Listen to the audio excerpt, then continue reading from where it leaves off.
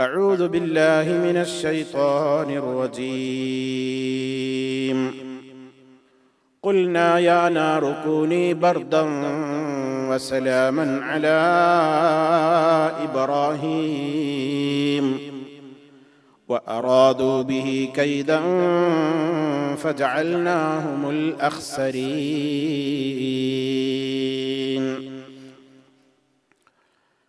സ്നേഹമുള്ള സത്യവിശ്വാസികളെ, വിശ്വാസിനികളെ, സഹോദരി സഹോദരന്മാരെ, സുഹൃത്തുക്കളെ, മഹാനായ ഇബ്രാഹിം നബി അലൈഹിസ്സലാത്തു വസ്സലാമിന്റെ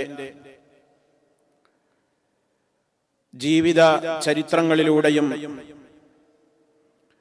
ആ മഹത്തായ ചരിത്രത്തിൽ നിന്ന് വിശ്വാസികൾ പകർത്തിയെടുക്കേണ്ടുന്ന ഗൗരവതരമായ ഗുണപാഠങ്ങളും മാതൃകാ ജീവിതവും എല്ലാം വിശദീകരിച്ചു കൊണ്ടിരിക്കുകയാണ് നമ്മൾ. അള്ളാഹുവിന്റെ ദീനിന്റെ പ്രബോധന രംഗത്ത് ഇബ്രാഹിം നബി അലൈഹിസ്സലാത്തു വസ്സലാം അടിയുറച്ചു നിന്നതിന്റെ പേരിൽ ആദർശ ശത്രുക്കൾ അദ്ദേഹത്തിന് അഗ്നികുണ്ഡാരം ഒരുക്കുകയുണ്ടായി എന്ന് ഇബ്രാഹിം നബി അലൈഹിസ്സലാത്തു വസ്സലാമിനെ സംബന്ധിച്ച് പ്രാഥമിക അറിവെങ്കിലുമുള്ള എല്ലാ ആളുകൾക്കും അറിയാവുന്ന യാഥാർത്ഥ്യമാണ്. അദ്ദേഹത്തെ പരസ്യമായി അവർ വിചാരണ ചെയ്യുകയും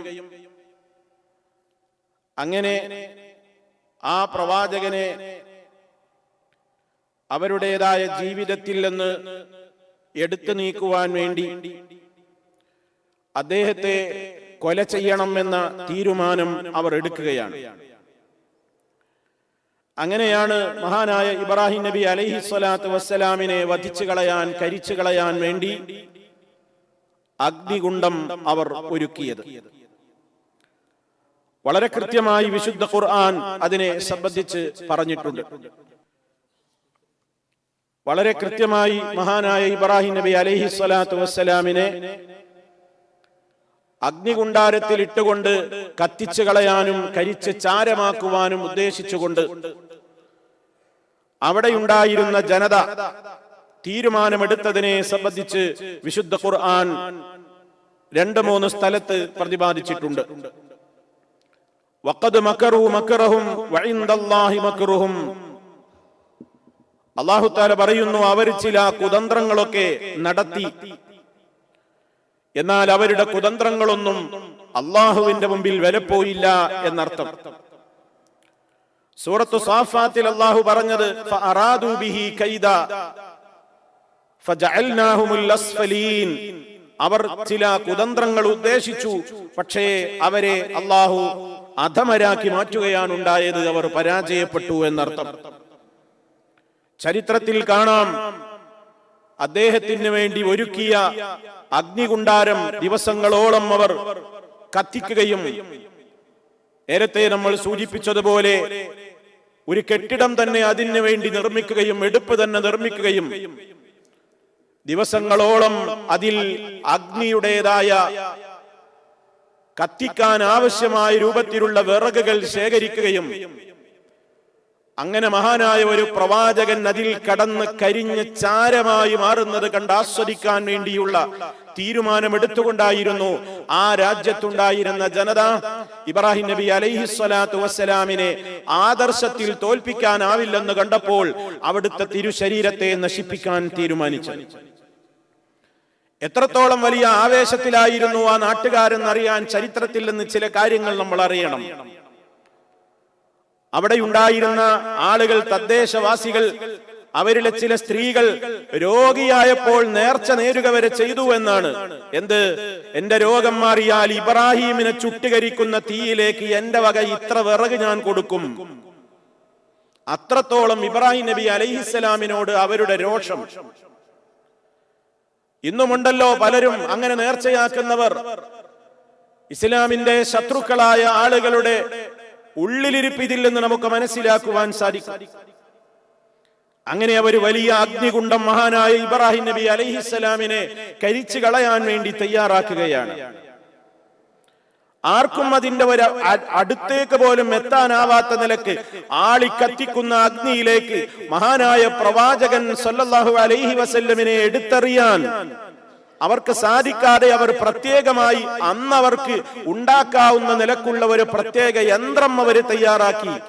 ആ യന്ത്രത്തിന്റെ ഒരറ്റത്തിരുത്തിക്കൊണ്ട് മഹാനായ പ്രവാചകനെ അതിലേക്ക് ദൂരെ നിന്ന് തൊടുത്ത് എറിയുകയായിരുന്നു എന്നാണ് ചരിത്രം രേഖപ്പെടുത്തുന്നത്.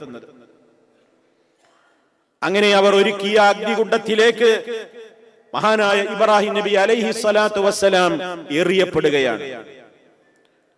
സഹീഹുൽ ബുഖാരി അടക്കമുള്ള ഹദീസിന്റെ ഗ്രന്ഥങ്ങളിൽ ഈ സമയത്തുണ്ടായ ചില പ്രത്യേകമായ കാര്യങ്ങൾ വിശദീകരിച്ചുകൊണ്ട് രേഖപ്പെടുത്തിയിട്ടുണ്ട്.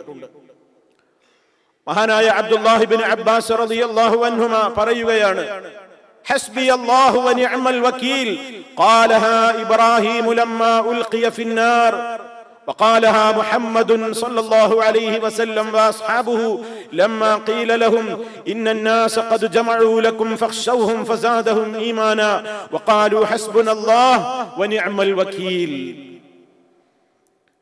ഇബ്നു അബ്ബാസ് റളിയല്ലാഹു അൻഹു പറയാണ്, ഹസ്ബി അല്ലാഹു വ നിഅമൽ വകീൽ. ഇബ്രാഹിം നബി അലൈഹി സ്വലാത്തു വസ്സലാമിനെ അഗ്നിയിലേക്ക് എടുത്തെറിയപ്പെടുന്ന വേളയിൽ മഹാനവറുകൾ അതാണ് പറഞ്ഞത്, എനിക്ക് അല്ലാഹ് മതി, ഹസ്ബി അല്ലാഹ്, എനിക്ക് അല്ലാഹ് മതി, വ നിഅമൽ വകീൽ, കാര്യങ്ങളൊക്കെ എത്ര ഏൽപ്പിക്കാൻ പറ്റാവുന്ന വക്കീലാണവൻ. അഗ്നികുണ്ഡത്തിലേക്ക് എടുത്തെറിയപ്പെട്ടപ്പോഴും മനസ്സ് പതറിപ്പോയിട്ടില്ല. താൻ ഇതുവരെ ആരിലാണോ വിശ്വസിച്ചത്, ആരുടെ ഏകത്വത്തെയാണോ ജനങ്ങൾക്ക് പഠിപ്പിച്ചുകൊണ്ടിരിക്കുന്നത്, ആരിലാണോ തവക്കുലാക്കിയിട്ടുള്ളത്, ആ തവക്കുലായ അല്ലാഹുവിൽ അല്പം പോലും മനസ്സ് ചഞ്ചലപ്പെടാതെ വളരെ കൃത്യമായി അഗ്നിയിലേക്ക് എടുത്തെറിയപ്പെട്ടപ്പോഴും ഇബ്രാഹിം അലൈഹിസ്സലാം പറഞ്ഞ വാചകം ഹസ്ബി അല്ലാഹു വ നിഅമൽ വകീൽ, എനിക്ക് അല്ലാഹ് മതി, അവനെ ഞാൻ എല്ലാം ഏൽപ്പിക്കുന്നു. ഈ വാചകത്തിൽ നിന്ന് ആവേശം ഉൾക്കൊണ്ടയാളാണ് മഹാനായ മുഹമ്മദ് നബി സല്ലല്ലാഹു അലൈഹി വസല്ലമും സഹാബിമാരും. ഇതേ വാചകം, ഇതേ ദിക്ർ, അതല്ലെങ്കിൽ ഇതേ പ്രത്യേകമായ കൃത്യമായ വാചകം എത്രയോ സംവത്സരങ്ങൾക്ക് ശേഷം മഹാനായ മുഹമ്മദ് നബി സല്ലല്ലാഹു അലൈഹി വസല്ലമും സ്വഹാബത്തും വളരെ പ്രതിസന്ധിയുള്ള ഒരു ഘട്ടത്തിൽ അവർ പറഞ്ഞിട്ടുണ്ടെന്ന് ഖുർആൻ രേഖപ്പെടുത്തുകയാണ്. അതായത് ഉഹദ് യുദ്ധത്തിൽ വെച്ച് മുസ്ലിമീങ്ങൾക്ക് വമ്പിച്ച പരാജയം കിട്ടിയിട്ട് 70ഓളം സഹാബിമാര് ഷഹീദുകളായ, അതുപോലെ തന്നെ മുസ്ലിമീങ്ങൾക്ക് ഏറെ വേദനയുണ്ടാക്കിയ ഉഹദ് യുദ്ധത്തിലെ പരാജയത്തിന്റെ ആ വിഷമം സഹിച്ചുകൊണ്ട് മുസ്ലിമീങ്ങൾ മദീനയിലേക്ക് മടങ്ങിയപ്പോഴാണ് ശത്രുക്കൾ ഒരു കിംവദന്തി പ്രചരിപ്പിച്ചത്, ബാക്കിയുള്ള നിങ്ങളെയും നശിപ്പിക്കാൻ വേണ്ടി വമ്പിച്ച ഒരു പട്ടാളം മക്കയിൽ നിന്നിതാ മദീനയിലേക്ക് ലക്ഷ്യം വെച്ച് വന്നിട്ടുണ്ട്. അതുകൊണ്ട് ഉഹദിൽ പരാജയപ്പെട്ടത് പോരാ, നിങ്ങളെ മുഴുവനും നിശേഷം നശിപ്പിക്കാൻ വേണ്ടി വമ്പിച്ച ഒരു ശക്തി ഇതാ പിന്നെയും പുറപ്പെട്ടു കഴിഞ്ഞു എന്ന് ഈ ഒരു വേദനയിലും പ്രയാസത്തിലും കഴിയുന്ന നബി സല്ലല്ലാഹു അലൈഹി വസല്ലമിനോടും സഹാബത്തിനോടും അവിടെ പ്രചരിപ്പിച്ചപ്പോൾ അന്ന് നബി സല്ലല്ലാഹു അലൈഹി വസല്ലമും സഹാബത്തും ഇതേ വാചകമാണ് പറഞ്ഞത്. പരിശുദ്ധ ഖുർആൻ പറയുന്നു, ഇന്നന്നാസ ഖദ് ജമഉ ലക്കും ഫഖ്ശൗഹും ഫസാദഹും ഈമാനാ. ജനങ്ങളതാ നിങ്ങൾക്കെതിരെ ശക്തി സംഭരിച്ചുകൊണ്ടിതാ എത്തിക്കഴിഞ്ഞു. ഉഹദിലെ പരാജയത്തിന്റെ വിഷമം തന്നെ മാറിയിട്ടില്ലാത്ത മുസ്ലിമീങ്ങളാണ്, സഹാബിമാരാണ്, നബിതങ്ങളാണ്. ആ നേരത്താണ് ഈ വാർത്ത കൂടി പറയുന്നത്, ഇതാ നിങ്ങളെ ബാക്കിയുള്ളവരെ കൂടി നശിപ്പിക്കാൻ വേണ്ടി മദീനയെ ലക്ഷ്യം വെച്ചുകൊണ്ട് വമ്പിച്ച ഒരു സൈന്യമിതാ പുറപ്പെട്ടു കഴിഞ്ഞു, നിങ്ങൾക്കെതിരെ ശത്രുക്കൾ ഇതാ എത്തിക്കഴിഞ്ഞു എന്ന് പറഞ്ഞപ്പോ മുഅ്മിനീങ്ങളോട് പേടിച്ചോളൂ, പിന്മാറിക്കോളൂ എന്ന് പറയപ്പെട്ടപ്പോ ഫസാദഹും ഈമാനാ, അതവരുടെ ഈമാൻ വർദ്ധിപ്പിച്ചതല്ലാതെ അവരെ തളർത്തിയില്ല. ഇത് കേട്ടപ്പോ ഇനി എന്ത് നമ്മൾ ചെയ്യും? ഉഹദിൽ തന്നെ പരാജയപ്പെട്ട് എല്ലാം നശിച്ചു വരികയാണ് നമ്മൾ, ഇനി ഒരു താങ്ങാൻ നമുക്ക് കഴിയില്ലല്ലോ, എന്ത് ചെയ്യും എന്ന ബേജാറ് മുഹമ്മദ് നബി സല്ലല്ലാഹു അലൈഹി വസല്ലം എന്ന അവരുടെ നേതാവിനും ഉണ്ടായില്ല. ആ നേതാവ് തവക്കുൽ എന്താണെന്ന് പഠിപ്പിച്ച് വളർത്തിയ സഹാബിമാർക്കും ഉണ്ടായില്ല. അവരുടെ ഈമാൻ കൂടി, വരട്ടെ കാണാം, എന്തും നേരിടാൻ ഞങ്ങൾ സജ്ജമാണ്. കാരണം ഞങ്ങളുടെ കയ്യിൽ ആയുധമല്ല, ഞങ്ങളുടെ കയ്യിൽ ആൾബലമല്ല. വഖാലൂ, അവരെ പ്രഖ്യാപിച്ചു ആ സമയത്തും, ഹസ്ബുനല്ലാഹ് വനിഅമൽ വകീൽ, ഞങ്ങൾക്ക് അല്ലാഹ് മതി, അവൻ ഏൽപ്പിക്കാൻ എത്ര നല്ല വക്കീലാണ്. ആ സമയത്തും അവരതാണ് പറഞ്ഞത്. അതൊക്കെ ഈമാനുള്ള ആളുകള് വളരെ നിശ്ചയദാർഢ്യത്തോടുകൂടെ പറഞ്ഞാൽ അള്ളാന്റെ കാവൽ അവർക്ക് കിട്ടും എന്ന് ചരിത്രം സാക്ഷി. ഇബ്രാഹിം നബി അലൈഹിസ്സലാമിന് ആ വാചകം കുളിര് പകർന്നിട്ടുണ്ട്. മുഹമ്മദ് നബി സല്ലല്ലാഹു അലൈഹി വസല്ലമോ സഹാബത്തും അത് പറഞ്ഞപ്പോ എന്താണ് പിന്നീട് ഉണ്ടായതെന്ന് ഖുർആൻ തന്നെ പറയുന്നുണ്ട്. ഫൻഖലബൂ ബിനിഅമതിൻ മിനല്ലാഹി വഫദ്ലിൻ ലം യംസസ്ഹും സൂഅ വത്തബഊ റിദ്വാനല്ലാഹ്. അവർ അല്ലാഹുവിന്റെ നിഅമത്തും കൊണ്ടാണ് മടങ്ങിപ്പോന്നത്. അള്ളാന്റെ ഔദാര്യമാണ് അവർക്കുണ്ടായത്. ലം യംസസ്ഹും സൂഉൻ, ഒരു ആപത്തും അവർക്ക് ബാധിച്ചതുമില്ല. അവർ അള്ളാന്റെ തൃപ്തിയെയും പൊരുത്തത്തെയുമാണ് അവർ പിൻപറ്റിയതും. അതുകൊണ്ട് ഈ ദിക്റിന് വല്ലാത്ത പവർ ഉണ്ട് എന്ന് നമ്മൾ മനസ്സിലാക്കണം. ഹസ്ബുനല്ലാഹു വനിഅമൽ വകീൽ, ഹസ്ബി അല്ലാഹു വനിഅമൽ വകീൽ, അതൊക്കെ കരുത്തുറ്റ ചില പദപ്രയോഗങ്ങളാണ്. മഹാന്മാർക്ക് പ്രതിസന്ധി ഘട്ടങ്ങളിൽ ആവേശം പകർന്ന, നിശ്ചയദാർഢ്യം പകർന്ന, അവരുടെ ഈമാനിന് ബലം കൂട്ടിയ തവക്കുലിന്റെ വാചകമാണത്. ഹസ്ബി അല്ലാഹ്, എനിക്ക് അല്ലാഹ് മതി, ഞാൻ അവനിൽ ഏൽപ്പിക്കുന്നു, എന്തും ഏൽപ്പിക്കാൻ പറ്റിയവനാണവൻ. അത് ലോകത്തിന്റെ മഹാനായ ഇബ്രാഹിം നബി അലൈഹിസ്സലാത്തു വസ്സലാം അതാണ് അഗ്നികുണ്ഡത്തിൽ എറിയപ്പെട്ടപ്പോഴും പറഞ്ഞത്. അങ്ങനെ ഇബ്രാഹിം നബി അലൈഹിസ്സലാത്തു വസ്സലാമിനെ അഗ്നിയിൽ എറിയപ്പെട്ട നേരത്ത് മഹാനവറുകൾ ഹസ്ബി അല്ലാഹു വനിഅമൽ വകീൽ, അത് തന്നെയാണ് അവിടുന്ന് പറഞ്ഞുകൊണ്ടിരുന്നത്. എറിയപ്പെട്ടത് അഗ്നിയിൽ തന്നെയാണ്. ചില ആളുകൾക്കൊന്നും ഇത് ദഹിച്ചിട്ടില്ല.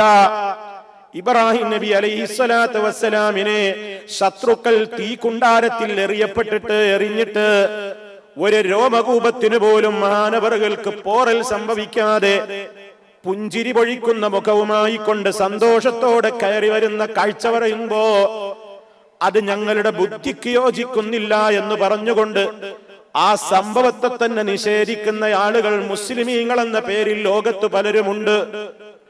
പരിശുദ്ധ ഖുർആൻ വ്യാഖ്യാനിച്ചപ്പോൾ ഈ ആയത്തവർക്ക് നിഷേധിക്കാൻ കഴിയാതെ വന്നപ്പോ ഖുൽനാ യാ നാറു കൂനി ബർദൻ വസലാമൻ അലാ ഇബ്രാഹീം, അല്ലാഹ് പറഞ്ഞു തീയിനോട്, അല്ലാഹ് പറയുകയാണ്, നാം പറഞ്ഞു, യാ നാറു, ഹേ തീയേ, കൂനി, നീ ആയിത്തീരണം, ബർദാ, നീ തണുപ്പായി മാറണം. അഥവാ തീക്ക് കരിക്കാനുള്ള ചൂടാണ് അതിന്റെ പ്രകൃതമെങ്കിൽ അത് കൊടുത്ത ഖാലിഖായ റബ്ബിനോട് പറയുകയാണ്, നിന്റെ കരിക്കാനുള്ള സ്വഭാവം ഇപ്പോഴങ്ങ് മാറ്റിവെച്ചിട്ട് നീ തണുപ്പാവണം. തണുപ്പ് കഠിനമായാലും മനുഷ്യൻ നശിക്കുമല്ലോ, എന്നാൽ വസലാമാ, രക്ഷയുമായി തീരണം. അപ്പോൾ നല്ല സുഖകരമായ തണുപ്പിന്റെ അന്തരീക്ഷമായിട്ട് നീ മാറണമെന്ന് തീയിനോട് അല്ലാഹു പറയുന്നു. അങ്ങനെ ആ തീ മഹാനായ ഇബ്രാഹിം അലൈഹിസ്സലാമിന് ഒന്നും സംഭവിക്കാതെ അദ്ദേഹം വല്ല പൂന്തോപ്പിലൊക്കെ ഇങ്ങനെ താമസിക്കും പോലെ അഗ്നികുണ്ഡത്തിൽ ഇങ്ങനെ പുഞ്ചിരിച്ചുകൊണ്ട് കിടക്കുകയാണ്, അതിൽ കഴിയുകയാണ്, ഒന്നും സംഭവിക്കുന്നില്ല.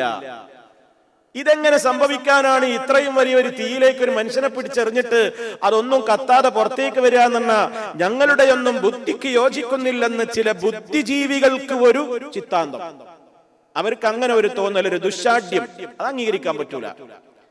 ഖുർആനിലുള്ളതല്ലേ, എന്താ നിങ്ങൾക്ക് അംഗീകരിക്കാൻ കഴിയാത്തതെന്ന് ചോദിച്ചപ്പോ അത് ഖുർആനിലുണ്ട്, നിഷേധിക്കാൻ വയ്യല്ലോ. ആയത്തില്ല എന്ന് പറഞ്ഞാൽ പിന്നെ വിടൂല. എന്നാ പിന്നെ എന്താണ് ഇബ്ലീസ് കണ്ടെത്തിയ ഒരു എന്നുമുണ്ട് വിശുദ്ധ ഖുർആനിലോ തിരുസുന്നത്തിലോ തള്ളാൻ കഴിയാത്ത നിലക്ക് സുവ്യക്തമാണെന്ന് കണ്ടാൽ പിന്നെ അടുത്ത അടവ് അതിനെ വക്രീകരിച്ച് ദുർവ്യാഖ്യാനിച്ച് അതിന്റെ ശരിയായ ആശയത്തിൽ നിന്ന് മാറ്റിമറിക്കലാണ്. അത് ഏത് കാലഘട്ടത്തിലും ശൈത്താന്റെ അനുയായികൾ ചെയ്യുന്ന ഒരു കാര്യമാണ്. ഇവിടെ ഇബ്രാഹിം നബി അലൈഹിസ്സലാമിന് അഗ്നികുണ്ഡത്തിൽ എറിയപ്പെട്ടിട്ട് ഒന്നും സംഭവിച്ചില്ലെന്ന് പറഞ്ഞപ്പോ അവർ പറഞ്ഞു, അങ്ങനെ ഒരു സംഭവം ഉണ്ടായിട്ടില്ല. പിന്നെ ഇബ്രാഹിം നബി അലൈഹിസ്സലാമിനെ അഗ്നിയിൽ എറിയപ്പെട്ടു എന്ന് പറയുന്ന അള്ളയെ തീ നീ തണുപ്പാകൂ രക്ഷയാകൂ എന്ന് പറഞ്ഞത് അതുകൊണ്ട് ഉദ്ദേശം എന്താണ്?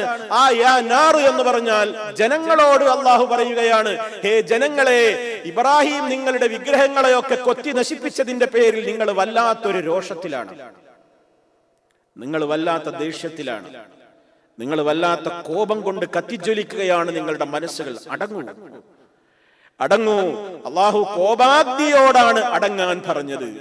എങ്ങനെ ഇപ്പൊ ഈ കോപാഗ്നി തണുപ്പും സലാമും ഒക്കെ ആവുക എന്നുള്ളത് അതവര് വിശദീകരിക്കൂല. പിന്നെ ഉസ്കുൻ അടങ്ങുന്ന് പറഞ്ഞാ പോരെ? ഇതൊന്നല്ലല്ലോ അള്ളാഹ് പറഞ്ഞത്. യാനാറുകുനി ബർദം വസലാമാ അലാ ഇബ്രാഹിം, ഇബ്രാഹിമിന്റെ മേൽ രക്ഷയും തണുപ്പുമായി നീ മാറണമെന്ന് പറഞ്ഞപ്പോ അങ്ങനെ ഒരു സംഭവം ഉണ്ടായിട്ടില്ലെന്നും അള്ളാഹ് അടങ്ങാൻ പറഞ്ഞത്, തണുപ്പാകാൻ പറഞ്ഞത് മനുഷ്യരുടെ മനസ്സിലുള്ള കോപത്തിന്റെ ജ്വാലയോടാണ്. നമ്മൾ സാധാരണ പറയില്ലേ, അവൻ കോപം കൊണ്ട് കത്തിജ്വലിച്ചു എന്നൊക്കെ. ആ കത്തലാണ്, അല്ലാതെ തീ കത്തിയിട്ടില്ല, തീയിലേക്ക് എടുത്തെറിയപ്പെട്ടിട്ടില്ല. ജനങ്ങളോട് പറഞ്ഞത് എന്താണ്? അള്ളാഹ് പറയാണ്, ഹേ ജനരോഷമേ, ജനരോഷമാകുന്ന അഗ്നി നീ തണുക്ക്, ഒന്ന് കൂൾ ഡൗൺ, ഒന്ന് താഴ്, ഒന്ന് തണുക്ക് നീ എന്ന് പറഞ്ഞു. എന്തിനാണ് അള്ളാഹുവിന്റെ വചനങ്ങളെ ഇങ്ങനെ ചിലർ ദുർവ്യാഖ്യാനിക്കുന്നത്? അള്ളാഹു എല്ലാവർക്കും നല്ല ചിന്ത നൽകിക്കൊണ്ട് ഇസ്ലാമിലേക്ക് ഹിദായത്ത് നൽകുമാറാകട്ടെ. സഹോദരങ്ങളെ, ഇങ്ങനെ പല ആളുകൾക്കും പലതും ബുദ്ധിക്ക് കൊള്ളാൻ കഴിയാത്തത് കൊണ്ട് അവർ നിഷേധിക്കുന്നുണ്ട്. അത് ഇസ്ലാമിന്റെ കുറ്റമല്ല, അവരുടെ ബുദ്ധിയുടെ തകരാറാണ്. അവർക്കും ലോകത്തുള്ള മുഴുവൻ ബുദ്ധിജീവികൾക്കും ബുദ്ധി നൽകിയ അല്ലാഹ് ഒരു കാര്യം പറയുമ്പോൾ അത് അംഗീകരിക്കലാണ് വിശ്വാസിയുടെ വിനയത്തിന്റെ ലക്ഷണം. അതല്ലാത്തത് മുതകബ്ബിരീങ്ങളുടെ, അഹങ്കാരികളുടെ ലക്ഷണമാണ്. അവർക്ക് ഈ ഖുർആൻ കൊണ്ട് ഹിദായത്ത് ലഭിക്കില്ല. അതുകൊണ്ട് നമ്മൾ മനസ്സിലാക്കുക, അള്ളാഹു അടങ്ങാൻ പറഞ്ഞത് ഒറിജിനൽ തീയോട് തന്നെയാണ്, ജനങ്ങളുടെ രോഷാഗ്നിയോടല്ല. അത് നമ്മൾ മനസ്സിലാക്കുക. അള്ളാഹു അതിന്റെ കരിക്കാനുള്ള ശേഷി നൽകിയ റബ്ബ് ആ ശേഷിയാണ്ട് എടുത്തു കളഞ്ഞു. അങ്ങനെ മഹാനവറുകൾ അതിൽ രക്ഷപ്പെടുകയാണ്. ഇതുമായി ബന്ധപ്പെട്ടുകൊണ്ട് ചില കഥകളൊക്കെ പലപ്പോഴും പറഞ്ഞു കേൾക്കാറുണ്ട്.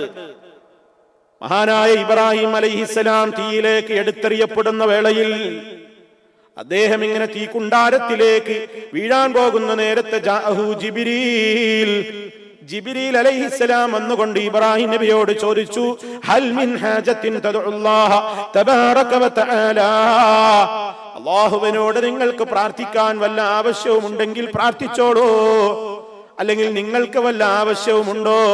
അപ്പൊ ഇബ്രാഹിം അലൈഹിസ്സലാം ജിബ്രീലിനോട് പറഞ്ഞു, അമാ ഇലൈക ഫലാഹ, നിങ്ങളോട് എനിക്കൊന്നും പറയാനില്ല. അപ്പൊ ജിബ്രീൽ അലൈഹിസ്സലാം പറഞ്ഞു പോലും, എങ്കിൽ താങ്കളുടെ റബ്ബിനോട് ദുആ ഇരുന്നുകൂടെ? അപ്പോൾ ഇബ്രാഹിം അലൈഹിസ്സലാം പറഞ്ഞു പോലും, ഇൽമുഹു ബിഹാലി യുഗ്നി അൻ സുആലി, എന്നെ കുറിച്ചുള്ള അറിവ് ഞാൻ ചോദിക്കാതെ തന്നെ എന്റെ റബ്ബിന് അറിയാലോ, അതുകൊണ്ട് പ്രാർത്ഥിക്കേണ്ട കാര്യമൊന്നുമില്ല. ഇതിനൊരു അടിസ്ഥാനമില്ല. ഇബ്രാഹിം നബി അലൈഹി സ്വലാത്തു വസ്സലാം മാത്രല്ല, ഈ വാചകം എടുത്തുകൊണ്ടാണ് ചില ആളുകളൊക്കെ പറയുന്നത് അങ്ങനെ പ്രാർത്ഥിക്കുന്നതൊക്കെ തവക്കുലിനെതിരാണ്, നമ്മളെ കാര്യം അള്ളാഹ്ക്ക് അറിയില്ല, പിന്നെന്തിനാ ഒന്ന് ചോദിക്കുന്നത്? അപ്പൊ അള്ളാഹ്ക്ക് അറിയില്ല എന്നുള്ളതിന്റെ ലക്ഷണമാണ് നമ്മൾ ഇങ്ങനെ ചോദിച്ച് പറയുന്നത്. നമ്മൾ വിചാരിക്കുമ്പോഴേക്കന്നെ അള്ളാഹ് അറിയില്ല, പിന്നെന്തിനാ ഒന്ന് ചോദിക്കുന്നത്? തെളിവ് പറയലെന്താ? ഈ കഥ ഇബ്രാഹിം നബി അലൈഹി സ്വലാമിനോട് ജിബ്രീൽ പറഞ്ഞില്ലേ, അള്ളാഹിനോട് ദ്വാരക്കിൻ. ഇപ്പൊ പറഞ്ഞു, എന്റെ അവസ്ഥ അറിയണ അള്ളാഹിനോട് ഇനിയിപ്പോ ഞാൻ എന്താ പറയാനുള്ളത്? അത് ശരിയല്ല, ആ സംഭവം അത് ഹദീസല്ല, അതിന് പരമ്പരയില്ല, അത് ദുർബലമായ എവിടെയോ നിർമ്മിതമായിട്ടുള്ള ഒരു കാര്യമാണ് എന്ന് നമ്മൾ മനസ്സിലാക്കണം. പലരും അത് ശരിയാണെന്ന് തെറ്റിദ്ധരിച്ചുകൊണ്ട് പല ശുദ്ധഗതിക്കാരായ ആളുകൾ പോലും വ്യാഖ്യാനങ്ങളിൽ എഴുതി ചേർത്തിട്ടുണ്ട്. അതുകൊണ്ട് സഹോദരങ്ങളെ, അതിന് അടിസ്ഥാനമില്ല എന്ന് നമ്മൾ മനസ്സിലാക്കുക. മാത്രമല്ല, അദ്ദേഹം ഹസ്ബി അല്ലാഹു വ നിഅമൽ വക്കീൽ വളരെ കൃത്യമായി ഇബ്രാഹിം നബി അലൈഹി സ്വലാത്തു വസ്സലാം പറഞ്ഞല്ലോ. തന്നെയുമല്ല, ഇബ്രാഹിം നബി അലൈഹിസ്സലാമിന്റെ ജീവിതത്തിൽ തന്നെ എത്രയാണ് മഹാനവറുകൾ പ്രാർത്ഥിച്ചത്. അദ്ദേഹത്തിന് ഇങ്ങനെ ഒരു വിശ്വാസമാണ്, ഇങ്ങനെ എന്റെ കാര്യം ഞാൻ എന്താ പറയാനുള്ളത്, അള്ളാഹ്ക്ക് അറിയണതന്നല്ലേ, പിന്നെന്താ ദുആ ഇറക്കാനുള്ളത് എന്നൊന്നും പറഞ്ഞുകൊണ്ട് പ്രാർത്ഥനയില്ലെന്ന് വിട്ടുനിന്ന ചരിത്രമില്ല. അപ്പൊ ഇബ്രാഹിം നബി അലൈഹി സ്വലാത്തു വസ്സലാമിനെ സംബന്ധിച്ച് വിശുദ്ധ ഖുർആൻ വളരെ കൃത്യമായി തന്നെ പറഞ്ഞു, അവരുണ്ടാക്കി തീർത്ത ആ കൃത്യമായ അവരുടെ ഗൂഢതന്ത്രം പരാജയപ്പെട്ടു, അത് നശിച്ചുപോയി, അവർക്കൊന്നും ചെയ്യാനായില്ല. വേറെയും സഹോദരങ്ങളെ ചില കെട്ടുകഥകൾ സമൂഹത്തിൽ പ്രചരിപ്പിക്കപ്പെട്ടിട്ടുണ്ട്. ഇബ്രാഹിം നബി അലൈഹിസ്സലാത്തു വസ്സലാം അഗ്നികുണ്ഡത്തിൽ എറിയപ്പെട്ടപ്പോൾ ആ തീ തണുപ്പായി മാറിയതും രക്ഷപ്പെട്ടതും മഹാനായ മുഹമ്മദ് നബി സല്ലല്ലാഹു അലൈഹി വസല്ലമിന്റെ ഒളി, അവിടുത്തെ പ്രകാശം ഇബ്രാഹിം നബിയുടെ മുതുകിൽ ഉണ്ടായതുകൊണ്ടാണ്. നമ്മുടെ നാട്ടിലൊക്കെ പ്രചാരത്തിലുള്ള മങ്കൂസ് മൗലിദ് അടക്കമുള്ള മൗലിദ് കിതാബുകളിൽ കാണാം, വജഅലനി ഫീ സുൽബിൽ ഖലീൽ ഇബ്രാഹിം അലൈഹിസ്സലാം ഹീന ഖുദിഫ ബിഹി ബിന്നാർ. ഇബ്രാഹിം നബിയെ തീയിലെറിയപ്പെട്ട വേളയിൽ ഞാൻ ഇബ്രാഹിം അലൈഹിസ്സലാമിന്റെ മുതുകിൽ എന്നെ നിക്ഷേപിച്ചിരുന്നു. അങ്ങനെ അതുകൊണ്ടാണ് ആ ജ്വാല കത്താതെ കെട്ടടങ്ങിപ്പോയത്. എന്താ കാരണം? മുഹമ്മദ് നബി സല്ലല്ലാഹു അലൈഹി വസല്ലമിന്റെ പ്രകാശം ഇബ്രാഹിം നബി അലൈഹിസ്സലാമിന്റെ മുതുകിൽ ഇങ്ങനെ അന്നേ നിക്ഷേപിച്ചിട്ടുണ്ടായിരുന്നു, അതുകൊണ്ട് കത്തിയില്ല. കുറച്ചുകണ്ട് കഴിഞ്ഞ് ഒരു 1000-400 കൊല്ലത്തിന്റെ ശേഷം വന്ന ശൈഖ് മുഹ്യിദ്ദീൻ അബ്ദുൽ ഖാദിർ ജീലാനിയുടെ പേരിലും ഒരു കഥ. അദ്ദേഹം പറയുന്ന ഒരു വാചകത്തിൽ അദ്ദേഹത്തിൻ്റെതായി അനുയായികൾ പ്രചരിപ്പിക്കുന്ന ഒരു വരിയിൽ കാണാം, വകുൻതു മഅ ഇബ്രാഹീമു മുൽഖൻ ബിനാരിഹി വമാ ബറദൻ നീറാനു ഇല്ലാ ബിദഅവതി. ഇബ്രാഹിമിനെ തീയിലിട്ട നേരത്ത് ഞാൻ അവിടെ ഉണ്ടായിരുന്നു. ആര്? ശൈഖ് മുഹ്യിദ്ദീൻ അബ്ദുൽ ഖാദിർ ജീലാനി. ഹിജറ 490 ജീവിച്ച ആള് പറയാണ്, ഇബ്രാഹിം നബിനെ തീയിലിട്ടപ്പോ ഞാൻ അവിടെ ഉണ്ടായിരുന്നു. വകുൻതു, ഞാൻ ഉണ്ടായിരുന്നു. ഇബ്രാഹിം നബിയുടെ കൂടെ തീയിലിട്ടപ്പോ ഞാൻ ഉണ്ടായിരുന്നു. ഞാൻ ദ്വാർന്നിട്ട് ആ തീയാണ് അണഞ്ഞു പോയത്. എന്റെ ദുആ കൊണ്ടില്ലെങ്കിൽ ആ തീ കെട്ടുപോകില്ല. ഇത് മുഹ്യിദ്ദീൻ ശൈഖ് പറഞ്ഞു എന്ന് പറഞ്ഞുകൊണ്ടുള്ള കവിതകളിൽ ഉള്ളതാണ്. ഇതിൽ നിന്നൊക്കെ ക്രോഡീകരിച്ചതാണ് നമ്മുടെ നാട്ടിൽ പ്രചുര പ്രചാരം നേടിയിട്ടുള്ള മുഹ്യിദ്ദീൻ മാല. ആ മുഹ്യിദ്ദീൻ മാല രചിക്കാൻ വേണ്ടി ഉപയോഗപ്പെടുത്തിയ അടിസ്ഥാന ഗ്രന്ഥങ്ങളിൽപ്പെട്ട ഒരു ഗ്രന്ഥമാണ് ഈ വരികൾ എഴുതി ചേർക്കപ്പെട്ടിട്ടുള്ള ഗ്രന്ഥം, അഥവാ അവർ ചൊന്ന ബൈത്ത്. ആര് ചൊന്ന ബൈത്ത്? മുഹ്യിദ്ദീൻ ശൈഖ് തങ്ങൾ ചൊന്ന ബൈത്തുകൾ. ആ ബൈത്തിൽപ്പെട്ട കഥയാ പറയുന്നത്, ഞാൻ അവിടെ ഉണ്ടായിരുന്നു. ഇതെങ്ങനെ സഹോദരങ്ങളെ? ഒരിക്കലും ഇസ്ലാമികമല്ല, ഇത് വിശ്വസിക്കാൻ പാടുള്ളതുമല്ല. കാരണം അല്ലാഹു റബ്ബുൽ ആലമീൻ അതിന് കൃത്യമായി തന്നെ പറഞ്ഞല്ലോ. നാം പറഞ്ഞു, അഗ്നി നീ തണുപ്പും രക്ഷയുമായി തീരുക ഇബ്രാഹിമിന്റെ മേൽ. അവരുണ്ടാക്കി തീർത്തിട്ടുള്ള എല്ലാ കുതന്ത്രങ്ങളെയും അല്ലാഹു പരാജയപ്പെടുത്തി എന്ന് വളരെ കൃത്യമായി ഇസ്ലാം നമുക്ക് പഠിപ്പിച്ചു തരികയാണ്. അപ്പൊ സഹോദരങ്ങളെ, അഗ്നികുണ്ഡം ഭേദിച്ചുകൊണ്ട് മഹാനായ ഖലീലുല്ലാഹി ഇബ്രാഹിം നബി അലൈഹിസ്സലാം അള്ളാഹുവിന്റെ പ്രത്യേകമായ കാവൽ മഹാനവറുകൾക്ക് കിട്ടി. എത്ര അതിരൂക്ഷമായി അടുക്കേക്ക് പോലും അടുക്കാൻ കഴിയാത്തത്ര ദിവസങ്ങളോളം ആളിക്കത്തിച്ച് ചൂടുറപ്പ് വരുത്തിയ ആ അഗ്നികുണ്ഡാരം പട്ടുമെത്തയായി മഹാനായ ഇബ്രാഹിം അലൈഹിസ്സലാമിന് മാറുകയായിരുന്നു. അള്ളാഹുവിന്റെ സഹായം, അള്ളാഹുവിന്റെ പ്രവർത്തനം, അള്ളാഹുവിന്റെ കൃത്യമായ രൂപത്തിൽ തവക്കുലാക്കിയതിലൂടെ അള്ളാഹു നൽകിയിട്ടുള്ള ഏറ്റവും വലിയ ആദരവ്. ഇബ്രാഹിം നബി അലൈഹിസ്സലാത്തു വസ്സലാമിനെ അള്ളാഹു രക്ഷപ്പെടുത്തുകയാണ്. ഇബ്രാഹിം നബി അലൈഹിസ്സലാമിന് മനസ്സിലായി, ഈ നാട്ടുകാരിൽ നിന്ന് ഇനി ഒന്നും പ്രതീക്ഷിക്കാനില്ല. അഗ്നികുണ്ഡത്തിൽ നിന്ന് ഒരു പോറലുമേൽക്കാതെ രക്ഷപ്പെട്ട മഹാനായ ഇബ്രാഹിം നബി അലൈഹിസ്സലാം അദ്ദേഹത്തിന് മനസ്സിലായി, ഈ നാട്ടുകാർ വിശ്വസിക്കുന്ന പ്രശ്നമല്ല. കാരണം എന്തെല്ലാം അവര് കണ്ടു, നേർക്കുനേരെ അവര് കണ്ടില്ലേ ഈ അത്ഭുതം, എന്നിട്ട് വിശ്വസിക്കാൻ തയ്യാറായോ ആ നാട്ടുകാർ? അപ്പൊ എത്രയാണ് അവരുടെ ഒരു മർക്കടമുഷ്ടി? വളരെ കുറഞ്ഞ ആളുകൾ ഈ രംഗം കണ്ടപ്പോ മുസ്ലിമീങ്ങളായി എന്ന് ചരിത്രം രേഖപ്പെടുത്തുന്നു. പക്ഷെ അവര് പോലും ഇബ്രാഹിം നബി അലൈഹിസ്സലാമിന്റെ കൂടെ പ്രവർത്തിക്കാനോ രംഗത്ത് വരാനോ തയ്യാറായില്ല. കാരണം നാട്ടിലുള്ള ഭൂരിപക്ഷത്തെ പേടിച്ചിട്ട്, ഈ പറയണമൊക്കെ നേരാ, പക്ഷെ ഞങ്ങൾ എൻ്റെ ഒപ്പല്ല. അങ്ങനെയുണ്ടല്ലോ കുറെ ആൾക്കാർ ഏത് കാലത്ത്. സത്യമൊക്കെ മനസ്സിലായി, നിങ്ങളൊക്കെ പറയുന്നത് ശരിയാ, പക്ഷെ നിങ്ങളെ കൂടെ നിന്നാല് ഞങ്ങൾക്ക് നാട്ടിൽ ചിലതൊക്കെ പോകും. നിങ്ങൾ പറയണ എന്നെ കാര്യം സ്വകാര്യ സംഭാഷണത്തിന്റെ ഇടക്ക് ആവർത്തിച്ചു പറയും, നിങ്ങൾ പറയുന്നതൊക്കെ കറക്റ്റ്, എല്ലാം ശരി, ഞങ്ങൾക്ക് അതൊക്കെ പൂർണ്ണ ബോധ്യമാണ്. പക്ഷെ നിങ്ങളാണ് പറയും പോലൊക്കെ ഇപ്പൊ നമ്മളാണ് നിങ്ങളുടെ കൂടെ രംഗത്ത് വന്ന ഞങ്ങൾക്ക് ഇതുവരെ കിട്ടിയിരുന്ന ആനുകൂല്യങ്ങളും സ്ഥാനങ്ങളും പദവികളും ഒക്കെ നഷ്ടപ്പെട്ടു പോകും. അതുകൊണ്ട് ഞങ്ങളില്ല തൽക്കാലം. നിങ്ങൾ പറയണമൊക്കെ ഞങ്ങൾ ഉള്ളോണ്ട് ഞങ്ങൾക്ക് പിന്തുണ നിങ്ങൾക്ക് പ്രഖ്യാപിക്കുന്നുണ്ട്. ഞങ്ങൾ എന്താ അതുകൊണ്ട് കാര്യം? ഒരു ഫലത്തിൽ അതുകൊണ്ടൊരു പ്രയോജനം ഉണ്ടായില്ല. അതുകൊണ്ട് ഇബ്രാഹിം നബി അലൈഹിസ്സലാമിന് അവരിലും പ്രതീക്ഷയില്ല. ചുരുങ്ങിയ ആളുകൾ ഈ രംഗം കണ്ടിട്ട് മുസ്ലിമീങ്ങളായെങ്കിലും അവർക്ക് പോലും ധൈര്യമില്ല, പുറത്തേക്ക് പറയുന്നില്ല, രംഗത്ത് വരാൻ തയ്യാറല്ല. ഇസ്ലാമിക ദഅവത്തിന്റെ മാർഗത്തിൽ മഹാനായ ഖലീലുള്ളയുടെ കൂടെ ഉറച്ചു നിന്നുകൊണ്ട് ഒരു സമരത്തിന് അവർ തയ്യാറല്ല. ഇസ്ലാമിനെ പ്രബോധനം നടത്താൻ അവർക്ക് ധൈര്യമില്ല. ആ ഒരവസ്ഥ വന്നപ്പോൾ ഇബ്രാഹിം അലൈഹിസ്സലാമിന് ബോധ്യമായി, ഈ നാട്ടിൽ ഇനി രക്ഷയില്ല, ആരും വിശ്വസിക്കുന്ന പ്രശ്നം കാണാനില്ല. ഇത്രത്തോളം യുക്തിഭദ്രമായി കൊണ്ട് സമൂഹത്തിന്റെ ഇടക്ക് തെളിവുകളും പ്രമാണങ്ങളും ഉദ്ധരിച്ചുകൊണ്ട് അവരുടെ വാദമുഖങ്ങളുടെ ഓരോ വാദങ്ങളെയും കൃത്യമായി തന്നെ ഖണ്ഡിച്ചുകൊണ്ട് യുക്തിയുക്തമായി കൊണ്ട് അവരുടെ ശിർക്കിന്റെ ന്യായീകരണങ്ങളെ പൊളിച്ചടുക്കിക്കൊണ്ട് അവരുടെ വിഡ്ഢിത്വം ബോധ്യപ്പെടുത്തി കൊടുത്ത നേതാവിന് തോന്നിപ്പോയി, ഇനി ഇവരൊരിക്കലും വിശ്വസിക്കൂല. ആ നാട്ടുകാരുടെ സ്വഭാവം കണ്ടപ്പോ മനസ്സിലായി, മഹാനവറുകൾ ആ നാട് വിടാൻ തീരുമാനിക്കാൻ. ഇബ്രാഹിം നബി അലൈഹി സ്വലാത്തു വസ്സലാമിനെ അഗ്നികുണ്ഡത്തിലിട്ട നാട്ടിൽ നിന്ന് ഇബ്രാഹിം അലൈഹിസ്സലാം പോവാൻ തീരുമാനിച്ചു. ആ നാട് വിട്ടു പോകുന്ന സംഭവത്തെ സംബന്ധിച്ച് വിശുദ്ധ ഖുർആൻ 3 സ്ഥലത്ത് സൂചനകൾ പറയുന്നുണ്ട്.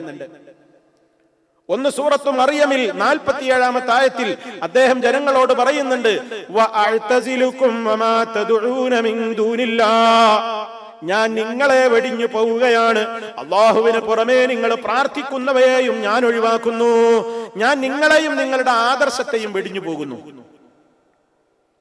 അദ്ദേഹം ആ ജനതയെയും ആ ജനത താമസിക്കുന്ന സ്ഥലത്തു നിന്നും പോവുകയാണെന്ന് സൂചന.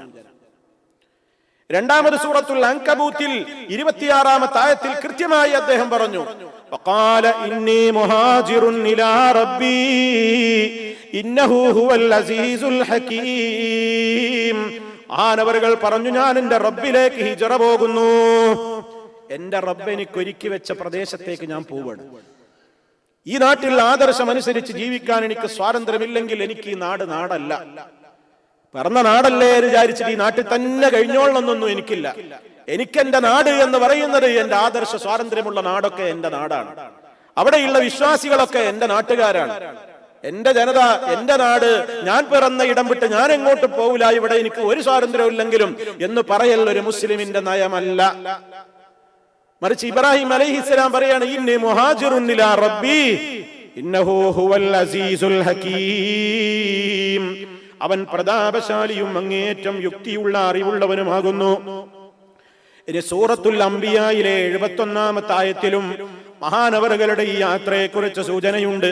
വനജ്ജൈനാഹു വലൂതൻ ഇലൽ അർദില്ലതി ബാറക്നാ ഫീഹാ ലിൽ ആലമീൻ, അദ്ദേഹത്തെ നാം രക്ഷപ്പെടുത്തി, ഇബ്രാഹിമിനെ നാം രക്ഷപ്പെടുത്തി, വലൂതൻ ലൂത്ത് നബിയെയും രക്ഷപ്പെടുത്തി, ഇലൽ അർദില്ലതി ബാറക്നാ ഫീഹാ, നമ്മുടെ ഒരുപാട് അനുഗ്രഹങ്ങൾ നാം നിറച്ചു വെച്ചിട്ടുള്ള പ്രദേശത്തേക്ക്, ബാറക്നാ ഫീഹാ ലിൽ ആലമീൻ, ലോകർക്ക് ഒരുപാട് ബർക്കത്തുകൾ നിറച്ചു വെച്ചിട്ടുള്ള പ്രദേശത്തേക്ക് മഹാനായ ഇബ്രാഹിം അലൈഹിസ്സലാമിനെയും ലൂത്തിനെയും നാം രക്ഷപ്പെടുത്തി. അപ്പൊ ഇബ്രാഹിം നബി അലൈഹിസ്സലാമിന്റെ കൂടെ ഹിജ്റ പോകാൻ ആരാ ഉള്ളത്? ഒന്ന് ഭാര്യ സാറാ ബീവി, പിന്നെ ആരാ ഹിജ്റ പോകാൻ തയ്യാറായത്? ലൂത്ത് നബി അലൈഹിസ്സലാം. സമകാലികരാണ് ഈ 2 പ്രവാചകന്മാരും. ഇബ്രാഹിം നബി അലൈഹിസ്സലാമിന്റെ അതേ കാലഘട്ടത്തിലുള്ള ഒരു പ്രവാചകനായിരുന്നു ലൂത്ത് അലൈഹിസ്സലാം. ലൂത്ത് നബി ആരിൽ വിശ്വസിച്ചു? ഇബ്രാഹിം നബിയിൽ വിശ്വസിച്ചു. അത് ഖുർആൻ പറയുന്നുണ്ട്, ഫആമന ലഹു ലൂത്ത്, ലൂത്ത് അദ്ദേഹത്തിൽ വിശ്വസിച്ചു. ആകെ കിട്ടിയ ഒരാളാ ലൂത്ത് നബി അലൈഹിസ്സലാം. ലൂത്ത് അദ്ദേഹത്തിൽ വിശ്വസിച്ചു. അങ്ങനെ ലൂത്ത് നബിയും ലൂത്തും അതുപോലെ തന്നെ മഹാനായ ഇബ്രാഹിം അലൈഹിസ്സലാമും കൂടിയാണ് ഹിജ്റ പോകുന്നത്. ഏതാണ് ഈ രാജ്യം? ഷാം എന്നാണ് മുഫസ്സിരീങ്ങളെല്ലാം വിശദീകരിച്ചത്. ഷാം, ഫലസ്തീനും സിറിയയും ഒക്കെ അടങ്ങുന്ന, ജോർഡാനും ഒക്കെ അടങ്ങുന്ന പ്രദേശമായ ഷാമിലേക്കാണ് ആദ്യം അവിടുന്ന് പോകുന്നത്. ആ പ്രദേശങ്ങളിലാണ് അവിടുത്തെ ആദ്യ കാലഘട്ട ജീവിതം ഹിജ്റ പോയതിന്റെ ശേഷം നടക്കുന്നത്. പിന്നീടാണ് അവിടുന്ന് കൈക്കുഞ്ഞായ ഇസ്മായിലിനെയും ഹാജറ റളിയല്ലാഹു അൻഹയെയും കൂട്ടിക്കൊണ്ട് അള്ളാഹുവിന്റെ നിർദ്ദേശപ്രകാരം മക്കയിലേക്ക് പോകുന്നത്. ഇവിടെ നമ്മൾ മനസ്സിലാക്കേണ്ടുന്ന ഒരു പരമപ്രധാനമായ ഒരു കാര്യമുണ്ട്. നമ്മൾ ആലോചിക്കണം, മഹാനായ ഇബ്രാഹിം നബി അലൈഹി സ്വലാത്തു വസ്സലാം എന്ന് പറഞ്ഞ ആരാ? ഖലീലുല്ലാഹ്, അള്ളാഹുവിന്റെ ആത്മമിത്രം എന്ന സ്ഥാനപ്പേരുള്ള മഹാനുഭാവനായ പ്രവാചകൻ. അള്ളാഹു എല്ലാ തെളിവുകളും പഠിപ്പിച്ചു കൊടുത്തു എന്ന് പറഞ്ഞ വകദാലിക നുരി ഇബ്രാഹീമ മലകൂത അസ്സമാവാതി വൽ അർള് വലിയകൂന മിനൽ മൂഖിനീൻ എന്ന് അള്ളാഹു വിശേഷിപ്പിച്ച ആകാശഭൂമികളുടെ അധികാരങ്ങളെ സംബന്ധിച്ച്, ലോകത്തെ സംബന്ധിച്ച്, ഇസ്ലാമിക പ്രബോധനം നിർവഹിക്കേണ്ടുന്നതിന്റെ എല്ലാ കാര്യങ്ങളെ സംബന്ധിച്ചും ദൃഢമായ ഈമാൻ ഉൾക്കൊള്ളുന്ന നിലക്ക് കൃത്യമായി പഠിപ്പിച്ചു കൊടുത്ത മഹാനായ ഇബ്രാഹിം നബി അലൈഹിസ്സലാത്തു വസ്സലാം, ആ ഇബ്രാഹിം നബി അലൈഹിസ്സലാത്തു വസ്സലാം സത്യം ജനങ്ങളോട് തുറന്നു പറഞ്ഞിട്ട് ഇസ്ലാമിക പ്രബോധനം നടത്തിയിട്ട് അദ്ദേഹത്തിന് കിട്ടിയത് ലൂത്ത് എന്ന് പറയുന്ന ഒരു അനുയായിയെ അലൈഹിസ്സലാം. കുറഞ്ഞ ആളെ മാത്രമേ കിട്ടിയുള്ളൂ. കുറച്ച് ആൾക്കാർ വിശ്വസിച്ചു, അവരാണെങ്കിൽ കൂടെ വരാനായിട്ട് ധൈര്യമല്ല. ഇവിടെയാണ് നമ്മൾ ചിന്തിക്കേണ്ടത്. പലപ്പോഴും ഇസ്ലാമിക പ്രബോധന രംഗത്ത് നിങ്ങളുടെ ദൗത്യം നിർവഹിക്കൂ എന്ന് പറയപ്പെടുമ്പോ ഞാനും നിങ്ങളുമൊക്കെ പലപ്പോഴും അതിൽ നിന്ന് പിന്നോട്ടടിക്കുന്നു. എന്താ കാരണം? നമ്മളിപ്പോ എത്ര കാലമായി വയൽ തുടങ്ങിയിട്ട്? നമ്മളിപ്പോ എത്ര കാലമായി വീട് വീടാന്തരം കയറിയിട്ട് ജനങ്ങളെ ക്ഷണിക്കുന്നു?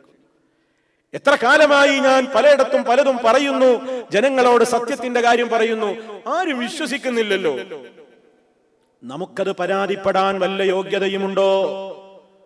സഹോദരന്മാരെ, അല്ലാഹുവിന്റെ പ്രത്യേക കാവലുള്ള ഖലീലുല്ലാഹി ഇബ്രാഹിം അലൈഹിസ്സലാം രാപ്പകൽ അധ്വാനിച്ച് ആ ജനതയുടെ മുമ്പിൽ ശ്രമിച്ചിട്ടും മഹാനവറുകൾക്ക് അനുയായികളെ വേണ്ട വിധത്തിൽ കിട്ടാതെയാണ് മഹാനുഭാവൻ ആ രാജ്യം വിടേണ്ടി വന്നതെന്ന് ചരിത്രം പറയുമ്പോൾ അത് ഇബ്രാഹിം അലൈഹിസ്സലാത്തു വസ്സലാമിന്റെ സ്ഥാനത്തിന് ഒരു കോട്ടവും വരുത്തിയിട്ടില്ല.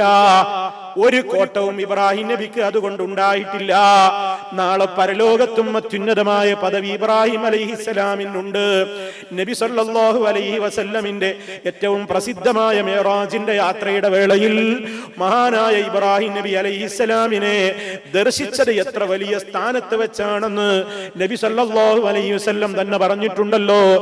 7 ആകാശത്തിന്റെയും മുകളിലേക്ക് ഞാൻ ചെന്നു നോക്കുമ്പോ 7ാമത്തെ ആകാശത്തിൽ പരിശുദ്ധ കഅബാലയം എന്ന് പറയുന്ന ഇന്നത്തെ ആ കഅബാലയം പരിശുദ്ധ മക്കയിൽ സ്ഥിതി ചെയ്യുന്നതിന്റെ നേരെ മുകളിലേക്ക് പോയാൽ 7 ആകാശത്തിന്റെയും മുകളിൽ ഒരു ഭവനമുണ്ട്. ബൈത്തുൽ മഅമൂർ എന്ന് പരിശുദ്ധ ഖുർആൻ തന്നെ വിശേഷിപ്പിച്ചിട്ടുള്ള പ്രത്യേകമായ ഭവനം. ആകാശലോകത്ത് ലക്ഷക്കണക്കിന് കോടിക്കണക്കിന് മലക്കുകൾ സ്ഥിരമായി അതിൽ പ്രവേശിക്കുകയും ഇബാദത്ത് നിർവഹിച്ചുകൊണ്ടിരിക്കുകയും ചെയ്യുന്ന ഭവനമാണ് ബൈത്തുൽ മഅമൂർ എന്ന് പറയുന്ന ഭവനം. അത് പരിശുദ്ധ കഅബ നിൽക്കുന്നതിന്റെ നേരെ മുകളിലേക്ക് പോയാൽ 7 ആകാശത്തിന്റെയും മുകളിലാണ് അതിന്റെ സ്ഥാനമെന്ന് അവിടെ പോയി കണ്ട് വിവരമറിഞ്ഞ മഹാനായ മുഹമ്മദ് നബി സല്ലല്ലാഹു അലൈഹി വസല്ലം അത് നമുക്ക് പഠിപ്പിച്ചു തന്നതുകൊണ്ട് നമ്മളത് ഉറച്ചു വിശ്വസിക്കുന്നു. ആ മിഅ്റാജിന്റെ യാത്രയുടെ വേളയിൽ 7ാമത്തെ ആകാശത്തിന്റെ മുകളിലതാ ഈ ബൈത്തുൽ മഅമൂർ എന്ന് പറയുന്ന പ്രസിദ്ധമായ ഭവനത്തിലേക്ക് ഇങ്ങനെ ചാരിയിരിക്കുന്ന കാഴ്ചയാണ് ഇബ്രാഹിം അലൈഹിസ്സലാം എന്ന മഹാനായ പ്രവാചകൻ ആ ഭവനത്തിലേക്ക് ചാരിയിരിക്കുന്നതായി എനിക്ക് കാണാൻ സാധിച്ചു എന്ന് മുഹമ്മദ് നബി സല്ലല്ലാഹു അലൈഹി വസല്ലം ലോകത്തോട് പഠിപ്പിക്കുന്നു. അള്ളാന്റെ അടുക്കൽ ഒരു കുറവും വന്നിട്ടില്ല. മഹാനവറുകൾക്ക് ദഅവത്ത് നടത്തിയിട്ട് ആരെയും കിട്ടിയില്ല എന്ന് വിചാരിച്ചിട്ട് മഹാനവറുകളുടെ ഖലീലുള്ള പദവി പോയിട്ടില്ല. അള്ളാഹുവിന്റെ അടുക്കലുള്ള അത്യുന്നതമായ പദവിക്ക് ഒരു കുറവും വന്നിട്ടില്ല. വിശ്വസിക്കാത്തവർക്ക് പോയി എന്നല്ലാതെ ഇസ്ലാമിക പ്രബോധകന്മാരും എല്ലാവരും മനസ്സിലാക്കണം, ഞാനും നിങ്ങളും എന്താണ് നോക്കേണ്ടത്? നാം ഡ്യൂട്ടി നിർവഹിച്ചോ? അതാ ചോദ്യം. ആളുകൾ അംഗീകരിച്ചോ ഇല്ലേ എന്ന് പരലോകത്ത് വെച്ച് ഒരാളോടും അല്ലാഹു ചോദിക്കൂല. നീ എത്ര ആളെ നന്നാക്കി, ഈ പറഞ്ഞിട്ട് എത്ര ആള് വിശ്വസിച്ചു, ആളുകളൊക്കെ മാറ്റി നിർത്തൂ എന്ന മഹാന്മാരായ പ്രവാചകന്മാരോട് പോലും അള്ളാഹു പറയൂല. മറിച്ച് എത്ര പേരുടെ കാതിൽ ഈ സന്ദേശം നീ എത്തിച്ചു എന്ന ചോദ്യം എനിക്കുണ്ടാവും, നിങ്ങൾക്കുണ്ടാവും. അത് പറയാതെ വെച്ച കാലം മുന്നോട്ട് വെക്കാൻ സമ്മതിക്കൂല. 4-5 കാര്യങ്ങളെ കുറിച്ച് ചോദിക്കപ്പെടുമെന്ന പ്രസിദ്ധമായ ഹദീസിൽ നമുക്ക് കാണാമല്ലോ. അവൻ നേടിയ അറിവനുസരിച്ച് അല്ലെങ്കിൽ ആ അറിവ് നീ എന്തിൽ പ്രവർത്തിച്ചു, നീ ഉപയോഗപ്പെടുത്തി? അറിവെന്ന് പറയുന്നത് സ്വന്തം പ്രവർത്തിക്കാനും എത്തിക്കാനുമുള്ളതാണ്. അറിവിനോടുള്ള കൂറ് അങ്ങനെയാണ്.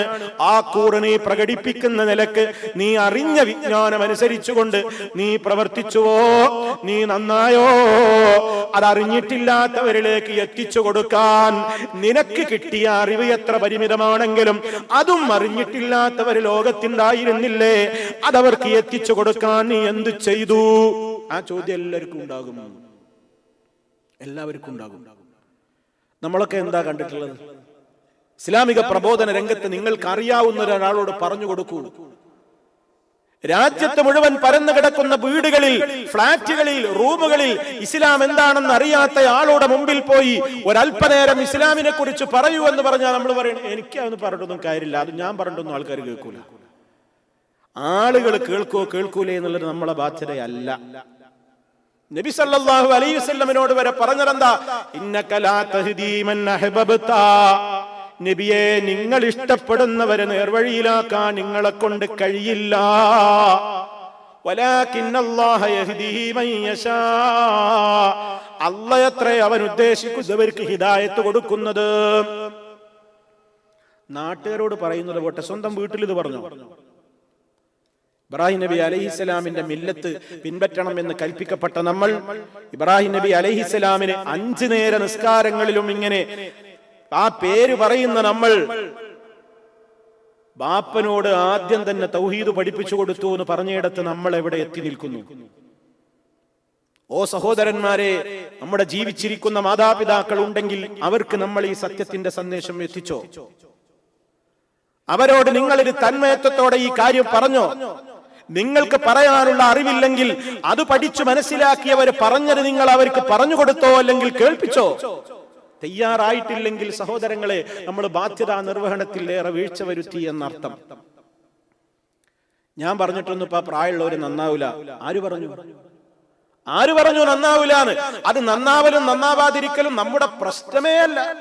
പക്ഷെ നമ്മുടെ മനസ്സിൽ എപ്പോഴും ആളുകളോട് പറയുമ്പോൾ ഒരു ഗുണകാംക്ഷ വേണം. ഇവരൊക്കെ നന്നാവണം, ഇവരൊക്കെ നരകത്തിൽ നിന്ന് രക്ഷപ്പെടണം, ഇവരൊക്കെ ഞാൻ ആഗ്രഹിക്കുന്ന സ്വർഗത്തിൽ എന്റെ കൂടെ ഉണ്ടാവണം, എന്റെ ഉപ്പ വേണം, എന്റെ ഉമ്മ വേണം, എന്റെ ഭർത്താവ് വേണം, എന്റെ ഭാര്യ വേണം, എന്റെ പൊന്നു മക്കൾ വേണം, എന്റെ കൂട്ടുകാര് വേണം, എന്റെ അയൽക്കാര് വേണം, എന്റെ സ്നേഹിതന്മാര് വേണം, ബന്ധുമിത്രാദികൾ വേണം, എല്ലാവരും വേണം. ആ നസീഹത്ത് അത് വേണം, അത് പറയാ. പക്ഷെ പറഞ്ഞിട്ട് അവർ കേട്ടിട്ടില്ലെങ്കിൽ ഒരു ഉത്തരവാദിത്വമില്ല. ബനൂ ഇസ്രായേലരായ ആളുകൾ അള്ളാഹുവിന്റെ കൽപ്പനകളെ ധിക്കരിച്ചുകൊണ്ട്, അള്ളാഹു അവരോട് കൽപ്പിച്ച കൽപ്പനകളെ കാറ്റിൽ പറത്തിക്കൊണ്ട് തന്ത്രം പ്രയോഗിച്ച ഒരു ചരിത്രം വിശുദ്ധ ഖുർആൻ സൂറത്തുൽ അഅറാഫിൽ വ്യക്തമായി പറയുന്നുണ്ട്. അതെന്താ? ഇസ്രായേലരോട് അന്ന് പറഞ്ഞു, നിങ്ങൾ ശനിയാഴ്ച ദിവസം മത്സ്യവേട്ട നടത്തരുത്, മത്സ്യം പോയി പിടിക്കരുത്. യൗമുസ്സബ്ത്, ശാബത്ത് നാൾ, യൗമുസ്സബ്ത് ശനി ദിവസം നിങ്ങൾ മീൻ പിടിക്കാൻ പോകാൻ പാടില്ല. അതവർക്ക് വലിയൊരു പരീക്ഷണമായിരുന്നു. അപ്പൊ നോക്കുമ്പോ ശനിയാഴ്ച പൊങ്ങി വരുന്ന അത്ര മീൻ വേറൊരു ദിവസമല്ലേ, പിന്നെന്ത് ചെയ്യും? പിടിക്കാൻ പാടില്ല എന്ന് ഓർഡർ. നല്ല മീൻ നല്ല വരുന്ന ദിവസം പിടിക്കാനും പാടില്ല. അതല്ലേ വലിയ പരീക്ഷണം. ആ സമയത്തുള്ള പരീക്ഷണത്തെ ഭേദിക്കാൻ വേണ്ടി അവരൊരു ഹീലത്ത് പ്രയോഗിച്ചു എന്നാണ് ഖുർആൻ പറയുന്നത്. അവർ തന്ത്രം പ്രയോഗിച്ചു. അങ്ങനെയുള്ള പലപ്പോഴും മസ്അലകളിൽ നിന്ന് കുതറിച്ചാടാൻ വേണ്ടി ഏത് കാലത്തും ആളുകൾ കൗശലം പ്രയോഗിക്കും.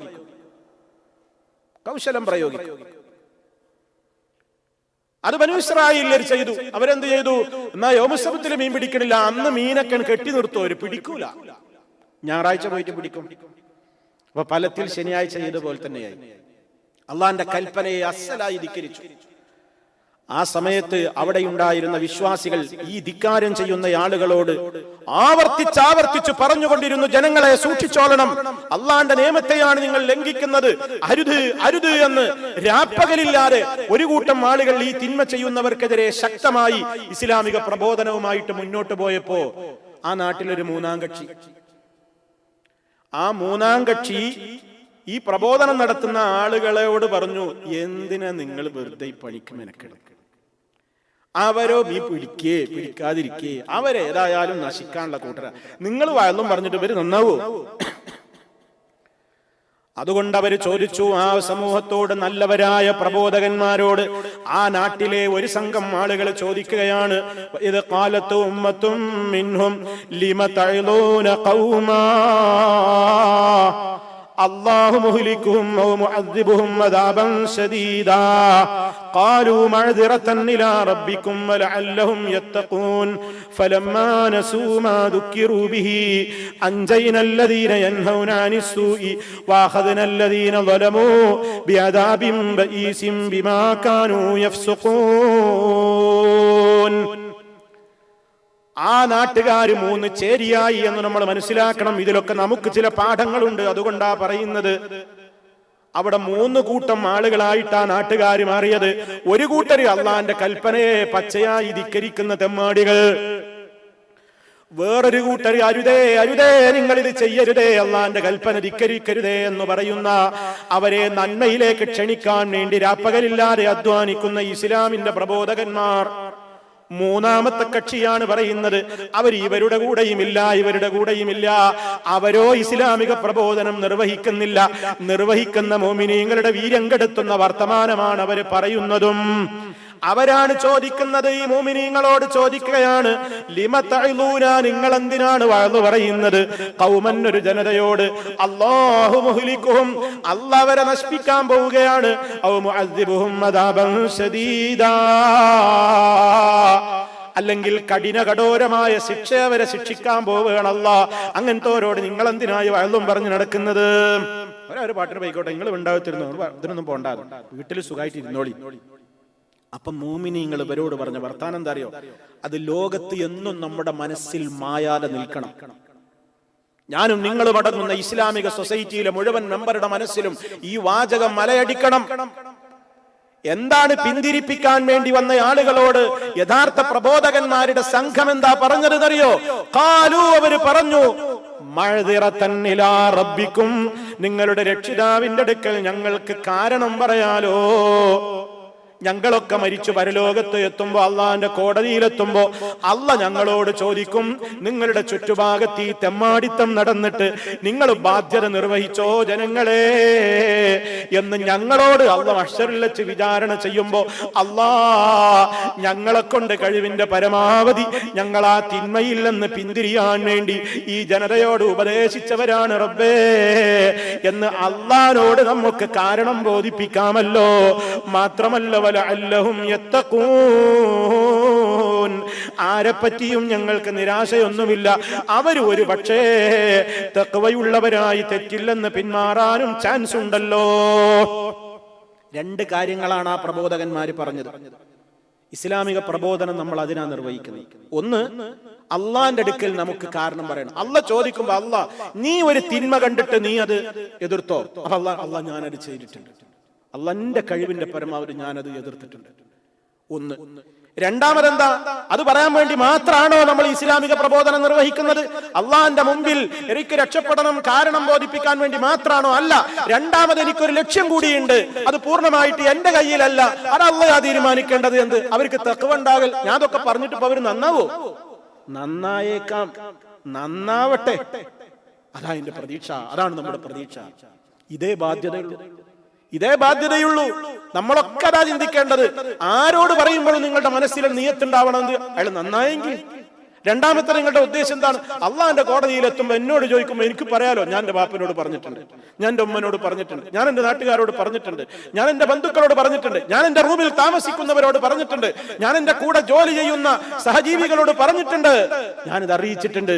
അവര് വിശ്വസിച്ചോ ഇല്ലേ എന്ന് അള്ളാഹ് എന്റെ കയ്യിൽ കിടക്കുന്ന കാര്യമല്ലല്ലോ, നീയല്ലേ തീരുമാനിക്കേണ്ടത്. ഇത് നമ്മുടെയൊക്കെ ബാധ്യതയാണ്. ഇത് നമ്മൾ നിർവഹിച്ചിട്ടുണ്ടോ? നമ്മൾ ആലോചിക്കണം ഗൗരവത്തോടു കൂടി. ഇനി എന്താ അള്ളാഹ് പറയുന്നത്? അള്ളാഹ് പറയുന്ന ബാക്കി കേട്ടോ.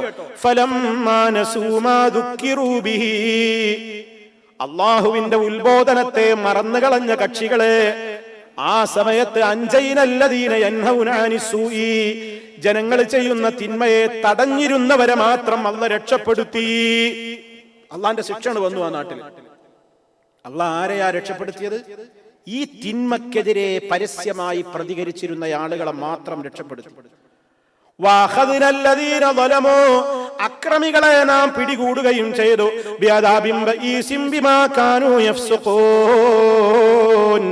അവരുടെ ദുർവൃത്തിയുടെ നീചമായ അവരുടെ പ്രവർത്തനം കാരണത്താൽ ശിക്ഷ കൊണ്ട് നാം അവരെ പിടികൂടുകയും ചെയ്തു. മൂന്നാം കക്ഷിയെ പറ്റി ഖുർആനൊന്നും പറഞ്ഞതുപോലുമില്ല. എന്താ അതിന്റെ അർത്ഥം? അവരും ശിക്ഷിക്കപ്പെട്ടവരുടെ കൂട്ടത്തിലായി എന്നാണ് അതിന്റെ അർത്ഥം. രക്ഷപ്പെട്ടിട്ടില്ല, പിന്നെ അവരെതിരെ കൂട്ടത്തില്ല, അവരുടെ കാര്യം പിന്നെ പറയാല്ല. അപ്പൊ എപ്പോഴും ഇസ്ലാമിക പ്രബോധന രംഗത്ത് അത് നിർവഹിക്കുന്ന ആളുകളെ പല ന്യായങ്ങൾ പറഞ്ഞ് പിടിച്ചു വലിക്കുന്ന പിന്തിരിപ്പന്മാരുണ്ടാകും. വഴങ്ങിക്കൊടുക്കരുത്. അള്ളാഹുവിന്റെ കോടതിയിൽ നമുക്ക് രക്ഷപ്പെടണമെങ്കിൽ മഹാനുഭാവന്മാരായ ഈ ഇസ്ലാമിക പ്രബോധകന്മാര് നിർവഹിച്ച ദൗത്യം നമ്മൾ നിർവഹിച്ചേ പറ്റൂ. നമ്മൾ ആലോചിക്കണം സഹോദരങ്ങളെ, ഇസ്ലാമിന് വേണ്ടി നീ എന്ത് ചെയ്തു എന്ന് എന്നോടും നിങ്ങളോടൊക്കെ പരലോക കോടതിയിൽ വെച്ച് ചോദിക്കുമ്പോ എന്താ സുഹൃത്തുക്കളെ നമുക്കൊക്കെ പറയാനുണ്ടാവുക? എന്താണ് നമുക്കൊക്കെ അള്ളാഹുവിന്റെ മുമ്പിൽ മഅ്സിറത്ത് പറയാനുണ്ടാവുക? അത് ഗൗരവത്തോടെ നമ്മൾ ആലോചിക്കണം. ഞാനിത് സൂചിപ്പിക്കുന്നത് മഹാനായ ഇബ്രാഹിം നബി അലൈഹിസ്സലാത്തു വസ്സലാം എന്ന മഹാനായ പ്രവാചകൻ പാടുപെട്ട് അധ്വാനിച്ചിട്ടും അദ്ദേഹത്തിന് അനുയായികളെ കിട്ടിയില്ല എന്നതുകൊണ്ട് മഹാനുഭാവന്റെ സ്ഥാനത്തിന് ഒരു കുഴപ്പവും ഒരു കമ്മിയും ഒരു കുറവും പരലോകത്ത് ഒരിക്കലും വരാനില്ല.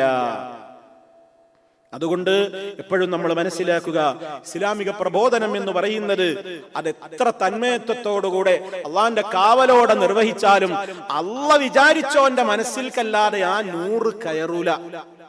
എത്ര വിദഗ്ധമായി പണിയെടുത്തിട്ടും കാര്യമില്ല, അള്ള വിചാരിക്കാത്തവന്റെ കൽബിലേക്ക് ആ പ്രകാശം കയറൂല. അത് അള്ള കൊടുക്കുന്ന ഒരു തൗഫീഖാണ്. ആ 100 നിലനിർത്തി കിട്ടാൻ നമ്മൾ എപ്പോഴും ദുആ ചെയ്യണം എന്നാണ് ഇസ്ലാം പറയുന്നത്. ഈ 100 കിട്ടിയവർക്കൊന്നും നിലനിന്നോളണമെന്നൊന്നുമില്ല. നമ്മളാരും അങ്ങനെ തെറ്റിദ്ധരിക്കണ്ട. എനിക്കും നിങ്ങൾക്കും അങ്ങനെ ഒരു അഹങ്കാരവും അതിരി കവിഞ്ഞ ആത്മവിശ്വാസമൊന്നും വേണ്ട. എനിക്കിപ്പോ 100 കിട്ടിയിട്ടുണ്ട്, അൽഹംദുലില്ലാ, ഇതെന്നും എന്റെ കൂടെ ഉണ്ടാവും ഈ വെളിച്ചം എന്ന് തോന്നണ്ട.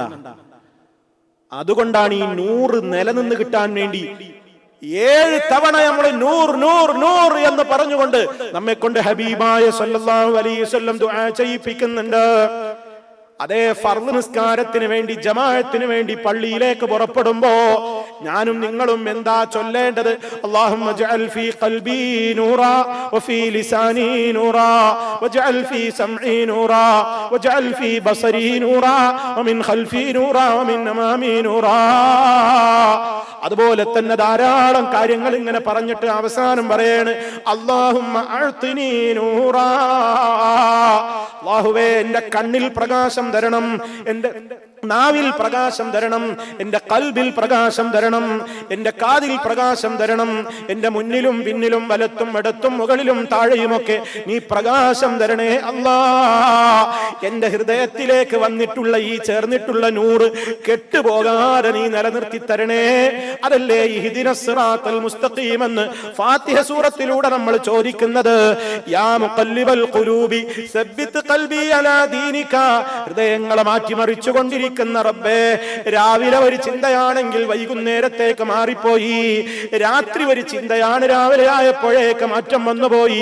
ഇങ്ങനെ മാറ്റങ്ങൾക്ക് വിധേയമായി കൊണ്ടിരിക്കുന്ന ഖൽബിന്റെ ദുർബല ഹൃദയത്തിന്റെ ഉടമകളായ മനുഷ്യനോട് അല്ലാഹുവിന്റെ റസൂൽ പറയാണ്, നീ എപ്പോഴും പ്രാർത്ഥിച്ചു കൊണ്ടിരിക്കണം. യാ മുഖല്ലിബൽ ഖുലൂബ്, ഹൃദയങ്ങളെ മാറ്റിമറിച്ചു കൊണ്ടിരിക്കുന്ന റബ്ബേ, സബ്ബിത് ഖൽബി അലാ ദീനിക, എന്റെ ഹൃദയത്തെ നിന്റെ ദീനിൽ നീ ഉറപ്പിച്ചു നിർത്തണേ.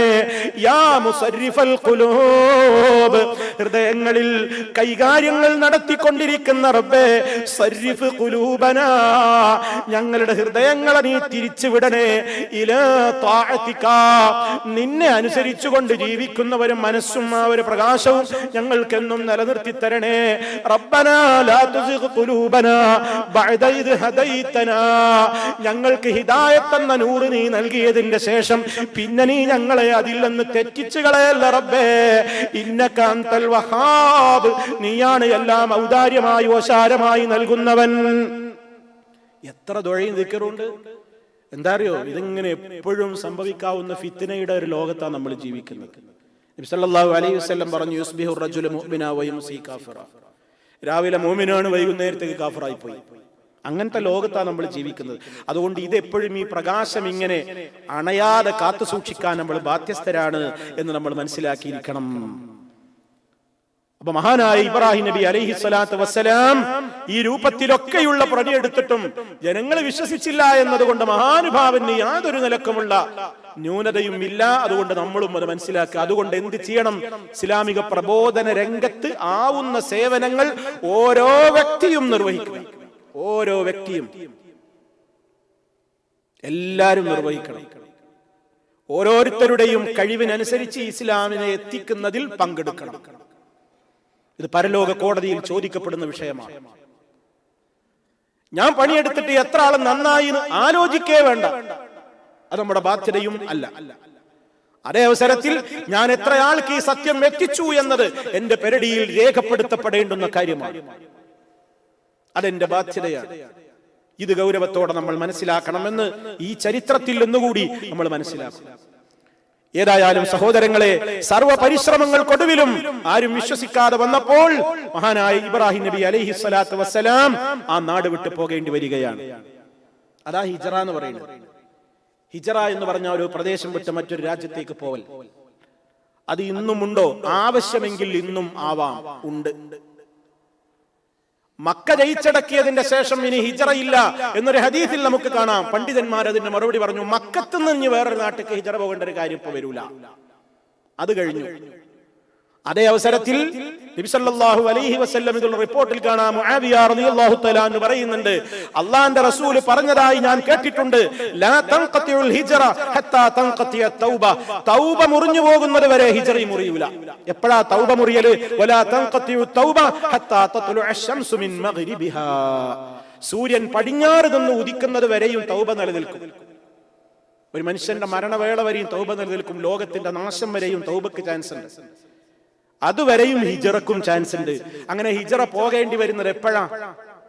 ഞാൻ ജീവിക്കുന്ന മണ്ണിൽ ഇസ്ലാം അനുസരിച്ചുകൊണ്ട് ജീവിക്കാൻ എനിക്ക് തീരെ സ്വാതന്ത്ര്യമില്ല, മുസ്ലിമായി പറയാൻ പോലും പറ്റൂല, ഇസ്ലാം അനുസരിച്ച് ജീവിക്കാൻ പറ്റൂല, ഒരു നിലക്കും നിവൃത്തിയില്ലെന്ന് വന്നാൽ ആ നാട് വിട്ടുകൊണ്ട് എവിടെയാണോ നിവൃത്തിയുള്ളതെങ്കിൽ അങ്ങോട്ട് പോകണം. അത് ഇന്നുമുണ്ട്. അതിനും തയ്യാറില്ലാതെ എന്ത് രൂപത്തിലായാലും വേണ്ടില്ല, ഞാൻ ഇവിടെ തന്നെ നിൽക്കുള്ളൂ, എനിക്ക് നിസ്കരിച്ചോളണമെന്നില്ല, ബാങ്ക് കൊടുത്തോളണമെന്നില്ല, പള്ളി പോയിക്കൊള്ളണമെന്നില്ല, എനിക്ക് ജുമാ വേണമെന്നില്ല, ഒന്നും വേണ്ട, ഞാൻ ഇങ്ങനെ തന്നെ ഈ ഒരു ആനുകൂല്യങ്ങളൊക്കെ പറ്റിയിട്ട് ഇങ്ങനെ തന്നെ ജീവിക്കുള്ളൂ എന്ന് വന്നാലോ മരണവേള സുഖപ്രദമായിരിക്കില്ല എന്ന് പരിശുദ്ധ ഖുർആൻ. മരണവേളയിൽ അതിനെ സംബന്ധിച്ച് കൃത്യമായ ആക്ഷേപം അവൻ കേട്ടുകൊണ്ടല്ലാതെ മരിക്കാൻ കഴിയൂല. പരിശുദ്ധ ഖുർആൻ സൂറത്തുൻ നിസായിലെ 99-ാമത്തെ ആയത്ത്, ഇന്നല്ലദീന തവഫാഹുമുൽ മലായികതു ളാലിമീ അൻഫുസിഹിം ഖാലൂ ഫീമ കുൻതും ഖാലൂ കുന്നാ മുസ്തദഅഫീന ഫിൽ അർദി ഖാലൂ വലം തകുൻ അർദുല്ലാഹി വാസിഅതൻ ഫതുഹാജിറൂ ഫീഹാ ഫഉലൈക മഅവാഹും ജഹന്നം വസാഅത് മസീറാ. മലക്കുകൾ സ്വന്തം ശരീരങ്ങളോട് ദ്രോഹം ചെയ്ത ആളുകളെ മരിപ്പിക്കുന്ന വേളയിൽ ആ മലക്കുകൾ ഇവരോട് ചോദിക്കുകയാണ്, ഫീമ കുന്തും, എവിടെയായിരുന്നടോ നിങ്ങളൊക്കെ? എന്തേ നിങ്ങൾ ഇസ്ലാം അനുസരിച്ച് ജീവിക്കാതെ ഇങ്ങനെ കാഫറുകളായി മരിച്ചു പോകുന്നത്? എന്തേ നിങ്ങൾക്ക് പറ്റിപ്പോയത്? എന്തേ നിങ്ങൾ സത്യവിശ്വാസികളാവാഞ്ഞത്? ആ നേരത്ത് മരിക്കുന്ന മനുഷ്യൻ പറയുന്ന മറുപടി, കുന്നാ മുസ്തദഅഫീന ഫിൽ അർളി, ഞങ്ങൾ ഭൂമിയിൽ അടിച്ചമർത്തപ്പെട്ടവരായിരുന്നു, ഞങ്ങൾക്ക് സ്വാതന്ത്ര്യമുണ്ടായില്ല, ഞങ്ങൾക്ക് വിശ്വസിക്കാൻ നാട്ടുകാർ സമ്മതിച്ചില്ല. ആ നേരത്ത് മലക്കുകൾ എന്താണ് പറയുക? അലം തകുൻ അർദുല്ലാഹി വാസിആ, അല്ലാഹുവിന്റെ ഭൂമി വിശാലമായിരുന്നില്ലേ? ഫതുഹാജിറൂ ഫീഹാ, നിങ്ങൾക്ക് അങ്ങോട്ട് എന്തുകൊണ്ട് ഹിജറ പോയി കൂടായിരുന്നില്ലേ എന്ന മറുപടിയാണ് കിട്ടുക. ഫൗലൈക മഅവാഹും ജഹന്നം, ഇങ്ങനെ മരിച്ചു പോകുന്നവരുടെ സങ്കേതം നരകമാണ്. വസാഅത് മസീറാ, അതെത്ര മോശമായ സങ്കേതമാകുന്നു. അപ്പൊ ഹിജറ പോകൽ നിർബന്ധമായ ഒരു സാഹചര്യം ഒരാൾക്ക് ഉണ്ടായിട്ട് അയാൾ ഹിജറ പോകാതെ ദുന്യാവിന്റെ സുഖത്തിൽ തന്നെ അള്ളിപ്പിടിച്ചുകൊണ്ട് ഒരാൾ നിൽക്കേണ്ടി വന്നാൽ അയാളെ മരണം സുഖം ഉണ്ടാവില്ല, അയാൾ നരകാവകാശിയാണെന്ന് ഖുർആൻ. എന്നാ എല്ലാവർക്കും അങ്ങനെ പോകാൻ കഴിയോ? ഖുർആൻ അത് പറയുമ്പോൾ കൃത്യമായി പറഞ്ഞു. തൊട്ടടുത്ത വചനം നോക്കൂ, ഇല്ലൽ മുസ്തദഅഫീന മിനർ റിജാലി വന്നിസാഇ വൽ വിൽദാനില്ലദീന ലാ യസ്തതിഊന ഹീലതൻ വലാ യഹ്തദൂന സബീലാ ഫഉലൈക അസല്ലാഹു അൻ യഅഫു അൻഹും വകാനല്ലാഹു അഫുവൻ ഗഫൂറാ. മക്കയിൽ നിന്ന് മദീനയിലേക്ക് മുഴുവൻ സഹാബിമാരും ഹിജ്റ പോന്നപ്പോ അവിടെ കുറച്ച് ദുർബല വിശ്വാസികൾ അവിടെ തന്നെ പിടിച്ചു നിന്നു. അവര് പോരാൻ കൂട്ടാക്കിയില്ല. അവരെ പറ്റിയായി പറയണത്. ഈ സ്വഭാവമുള്ള എല്ലാവർക്കും അത് ബാധകമാണ്. അവിടെ തന്നെ വിശുദ്ധ ഖുർആൻ ഒരു കാര്യം പറഞ്ഞു, കഴിയാത്തവരെന്ത് ചെയ്യും? അതാ പറഞ്ഞത്, അവര് കുറ്റക്കാരാകൂ? ഇല്ല. ഇല്ലൽ മുസ്തദഅഫീന, ദുർബലരായ ആളുകൾ ഒഴികെ. അവരാരുടെ കൂട്ടത്തിലൊക്കെ ഉണ്ടാകും. മിനർ റിജാലി, പുരുഷന്മാരിലുണ്ടാകും. വൻ നിസായി, സ്ത്രീകളിലുണ്ടാകും. വൽ വിൽദാനി, കുട്ടികളിലുണ്ടാകും. അവരാരാണ്? അല്ലദീന ലാ യസ്തതിഊന ഹീല, ഒരു കൗശലവും സൂത്രവും പ്രയോഗിക്കാൻ അവർക്ക് കഴിവില്ല. വലാ യഹ്തദൂന സബീലാ, ഒരു മാർഗവും ആരായാൻ അവർക്കൊട്ട് കഴിവില്ല. അങ്ങനത്തെ ആളുകളെ അല്ലാഹു അതിന്റെ പേരിൽ ശിക്ഷിക്കോ? ഇല്ല. ഫൗലൈക, അക്കൂട്ടർ, അസല്ലാഹു അൻ യഅഫു അൻഹും, അവർക്കല്ലാഹു പുറത്തു കൊടുത്തേക്കും. വകാനല്ലാഹു അഫുവൻ ഗഫൂറാ, അല്ലാഹു ഇങ്ങനെ കാരണം കണ്ടെത്തി ശിക്ഷിക്കാനിരിക്കുന്ന ക്രൂരനൊന്നുമല്ല. അവൻ ഏറെ വിട്ടുവീഴ്ച ചെയ്യുന്നവനും ഏറെ പൊറുക്കുന്നവനും തന്നെ. അതുകൊണ്ട് പറയണം, ആവശ്യമെങ്കിൽ പോണം. വിശുദ്ധ ഖുർആൻ പറയണേ, അള്ളാന്റെ മാർഗത്തിലേക്ക് ഹിജ്റ പോയിട്ട് നഷ്ടൊന്നും വരൂല. വമൻ യുഹാജിർ ഫീ സബീലില്ലാഹി യജിദ് ഫിൽ അർളി മുറാഗമൻ കസീറൻ വസഅതൻ വമൻ യഖ്റുജു മിൻ ബൈതിഹി മുഹാജിറൻ ഇലല്ലാഹി വറസൂലിഹി സുമ്മ യുദ്രികുൽ മൗതു ഫഖദ് വഖഅ അജ്റുഹു അലല്ലാഹ് വകാനല്ലാഹു ഗഫൂറർ റഹീമാ. വിശുദ്ധ ഖുർആൻ 3-ാമത്തെ അധ്യായം 4-ാമത്തെ അധ്യായം സൂറത്തുൻ നിസാ, നിസായിലെ 99-100 ആയത്തുകൾ അപ്പൊ നിങ്ങൾ കേട്ടത്. അല്ലാഹ് പറയുന്നു, അള്ളാന്റെ മാർഗത്തിൽ ഒരാൾ ഹിജ്റ പോയാൽ ഭൂമിയിൽ അവന് ആശ്രയിക്കാവുന്ന സ്ഥാനങ്ങൾ അല്ലാഹ് കൊടുക്കും. അവന് കയറാവുന്ന സ്ഥലങ്ങൾ അല്ലാഹ് കൊടുക്കും. വസഅതൻ, വിശാലതയും കൊടുക്കും. ഇനി ഒരാൾ വീട്ടിൽ നിന്ന് ഹിജ്റ പുറപ്പെട്ടു, ലക്ഷ്യസ്ഥാനത്ത് എത്തുന്നതിന്റെ മുമ്പ് മരിച്ചാൽ പോലും ഫഖദ് വഖഅ അജ്റുഹു അലല്ലാഹ്, അവന്റെ പ്രതിഫലം അള്ളാന്റെ അടുക്കൽ സ്ഥിരപ്പെട്ടു കഴിഞ്ഞു. വകാനല്ലാഹു ഗഫൂറർ റഹീമ, അള്ളാഹു ഏറെ പൊറുക്കുന്നവനും ഏറെ കരുണയുള്ളവനുമാകുന്നു. എന്നാൽ നമ്മളൊരു കാര്യം മനസ്സിലാക്കണം, സ്വയമായിട്ടുണ്ടാക്കിയ ചില ദുഷിച്ച ആശയങ്ങൾ നാട്ടിൽ നടപ്പാക്കാൻ കഴിയില്ല എന്നും പറഞ്ഞിട്ട് ചില തീവ്രവാദികൾ ഹിജ്റ എന്നുള്ള പേരിൽ വേറെ നാട്ടിലേക്കൊക്കെ പോകുന്നുണ്ട്. അതും ഹിജ്റയായിട്ടൊരു ബന്ധമല്ല. അങ്ങനെ ഉണ്ട് സമൂഹത്തിൽ കുഴപ്പമുണ്ടാക്കാൻ വേണ്ടി കുറെ ആളുകൾ. ഇപ്പൊ ഈ രാജ്യത്ത് നിന്ന് വേറെ രാജ്യത്തേക്ക് പോകും. ഈ രാജ്യമൊക്കെ കുഫറിന്റെ രാജ്യമാണ്, ഇവിടെ നിന്ന് ഇസ്ലാമിന്റെ രാജ്യമല്ല, ദാറുൽ ഇസ്ലാം അല്ല, ഇതൊക്കെ കാഫിരീങ്ങളുടെ നാടാണെന്ന് പറഞ്ഞിട്ട് ഇവിടെ ഒന്നും ഇസ്ലാമില്ല. ഇസ്ലാമുള്ളത് അങ്ങ് വേറെ ചില രാജ്യങ്ങളിലാണ്. ചില തീവ്രവാദികൾ കൂടുകൂട്ടിയിട്ടുള്ള ഇസ്ലാമിക ഭരണാധികാരികൾക്കെതിരെ വിപ്ലവം നയിക്കാൻ വേണ്ടി ചുടുചോര ത്രസിപ്പിക്കുന്ന നിലക്കുള്ള പ്രഭാഷണങ്ങളും പുസ്തകങ്ങളുമായിക്കൊണ്ട് ഇസ്ലാമിൽ തീവ്രവാദ ഭീകരവാദങ്ങൾ പ്രചരിപ്പിക്കുന്ന ചില കക്ഷികളുണ്ട്. അവരൊക്കെ കൂടുകൂട്ടിയ ചില താവളങ്ങളുണ്ട്. അവിടെ പോയാലേ ഇൽമു കിട്ടൂ, അവിടെ പോയാലേ നല്ല ആളാകൂ, അവിടെ പോയാലേ നല്ല ധീരനാകൂ എന്നൊക്കെ പറഞ്ഞിട്ട് ജീവിക്കുന്ന നാട് ആവശ്യമില്ലാതെ വിട്ടിട്ട് ആ നാട്ടിലേക്ക് പോയിട്ട് കുഴപ്പമുണ്ടാക്കാൻ വേണ്ടി തിരിച്ചു വരുന്ന ആളുകളുണ്ട്. സൂക്ഷിക്കണം. ആ ഹിജ്റ ഇസ്ലാം പറഞ്ഞിട്ടില്ല. ഇസ്ലാം പറഞ്ഞ ഹിജ്റക്ക് നിബന്ധനകളുണ്ട്. ഇസ്ലാമിക സ്വാതന്ത്ര്യം, പൗരസ്വാതന്ത്ര്യം നിഷേധിക്കപ്പെടുന്നിടത്തുനിന്നാ പോകാൻ പറഞ്ഞു. ഇപ്പൊ ഈ രാജ്യത്ത് എല്ലാ സ്വാതന്ത്ര്യവും നമുക്കുണ്ട്, ഇസ്ലാം അനുസരിച്ച് ജീവിക്കുക. എന്നിട്ട് ഇവിടുന്ന് റിക്രൂട്ട്മെന്റ് നടത്തുക, വേറെ നാട്ടിലേക്ക് കുഴപ്പമുണ്ടാക്കാൻ വേണ്ടിയിട്ട് അവിടെ പോയിട്ട് പഠിച്ചു വന്ന് ഇവിടെ കുഴപ്പമുണ്ടാക്കുക, ഭരണത്തെ അട്ടിമറിക്കാൻ വേണ്ടിയിട്ടുള്ള തീവ്രവാദ പ്രബോധനങ്ങൾ നടത്തുക. അങ്ങനെ എല്ലാ രാജ്യങ്ങളിലും കുഴപ്പമുണ്ടാക്കുന്ന ഇസ്ലാമിന്റെ പ്രമാണങ്ങളെ ദുർവ്യാഖ്യാനിച്ചുകൊണ്ട് ഹിജ്റ പോകാൻ പ്രേരിപ്പിക്കുന്ന ദുശക്തികളുണ്ട്. തിരിച്ചറിയണം അവരെ. നമ്മളെ നാട്ടിലൊക്കെ പണിയെടുക്കുന്നുണ്ട്, എല്ലായിടത്തും പണിയെടുക്കുന്നുണ്ട്. അതുകൊണ്ട് ഗൗരവത്തോടെ മനസ്സിലാക്കുക, ഇസ്ലാമിനെ അറിയേണ്ടത് ഇസ്ലാമിന്റെ പ്രമാണങ്ങളിൽ നിന്നാണ്. ഇന്ന് ഖുതുബയിൽ നിങ്ങൾ മനസ്സിലാക്കിയില്ലേ, ഇസ്ലാമിനെ അറിയേണ്ടത് ഇസ്ലാമിനെ ശരിക്കും മനസ്സിലാക്കിയ ആലിമീങ്ങളിൽ നിന്നും അവർ രചിച്ചിട്ടുള്ള രചനകളിൽ നിന്നുമാണ്. ഇസ്ലാമിനെ തെറ്റിദ്ധരിപ്പിക്കുന്ന കുതന്ത്രക്കാർ രചിച്ചിട്ടുള്ള പുസ്തകങ്ങളിൽ നിന്നല്ല ഇസ്ലാമിനെ വിലയിരുത്തേണ്ടതും മനസ്സിലാക്കേണ്ടതും പഠിച്ചെടുക്കേണ്ടതും. അതുകൊണ്ട് ഹിജ്റ പ്രസക്തമാണ്. പക്ഷേ മുമ്പ് ഹിജ്റ ഉണ്ട് എന്ന് പറഞ്ഞിട്ട് ഇങ്ങനെ ആവശ്യമില്ലാത്ത ഹിജ്റ, കുഴപ്പമുണ്ടാക്കുന്ന ഹിജ്റ, അത് ഇസ്ലാം പഠിപ്പിച്ചിട്ടില്ല. അതും ഗൗരവത്തോടുകൂടെ നമ്മൾ മനസ്സിലാക്കണം എന്ന് സാന്ദർഭികമായി ഇത്തരം ഫിത്നയെ പ്രചരിച്ചുകൊണ്ടിരിക്കുന്ന ഒരു കാലഘട്ടമായതുകൊണ്ട് കൂടി ഓർമ്മപ്പെടുത്തുകയാണ്. അല്ലാഹു സുബ്ഹാനഹു വ തആല ഈ രാജ്യത്തെയും എല്ലാ രാജ്യങ്ങളെയും ഇത്തരത്തിലുള്ള ദുശക്തികളുടെ ഫിത്നയിൽ നിന്ന് കാത്തുരക്ഷിക്കുമാറാകട്ടെ. സഹോദരങ്ങളെ, അല്ലാഹു സുബ്ഹാനഹു വ തആല അവന്റെ പ്രവാചകന്മാരെ കാണിച്ചിരുന്ന വഴിത്താരയിലൂടെ മുന്നോട്ട് പോകാൻ നമുക്കെല്ലാം തൗഫീഖ് നൽകുമാറാകട്ടെ. ഇസ്ലാമിനെ ശരിയായ വിധത്തിൽ മനസ്സിലാക്കുകയും അത് ജീവിതത്തിൽ പ്രാവർത്തികമാക്കുവാൻ മഹാരഥന്മാരായ അമ്പിയാക്കൾ കാണിച്ച അവരുടേതായ ചുവട് പിടിച്ചുകൊണ്ട് ഇസ്ലാമികമായ കാര്യങ്ങളിൽ മുന്നേറാൻ, ഇസ്ലാമിക പ്രബോധന രംഗത്ത് ആവുന്ന സേവനങ്ങൾ ചെയ്യാൻ, സജീവമാകാൻ നമുക്കൊക്കെ ഈ ചരിത്രങ്ങൾ കരുത്തു പകരുമാറാകട്ടെ എന്ന് പ്രാർത്ഥിക്കുകയാണ്. അല്ലാഹു സുബ്ഹാനഹു വ തആല നമുക്കതിന് തൗഫീഖ് നൽകുമാറാകട്ടെ.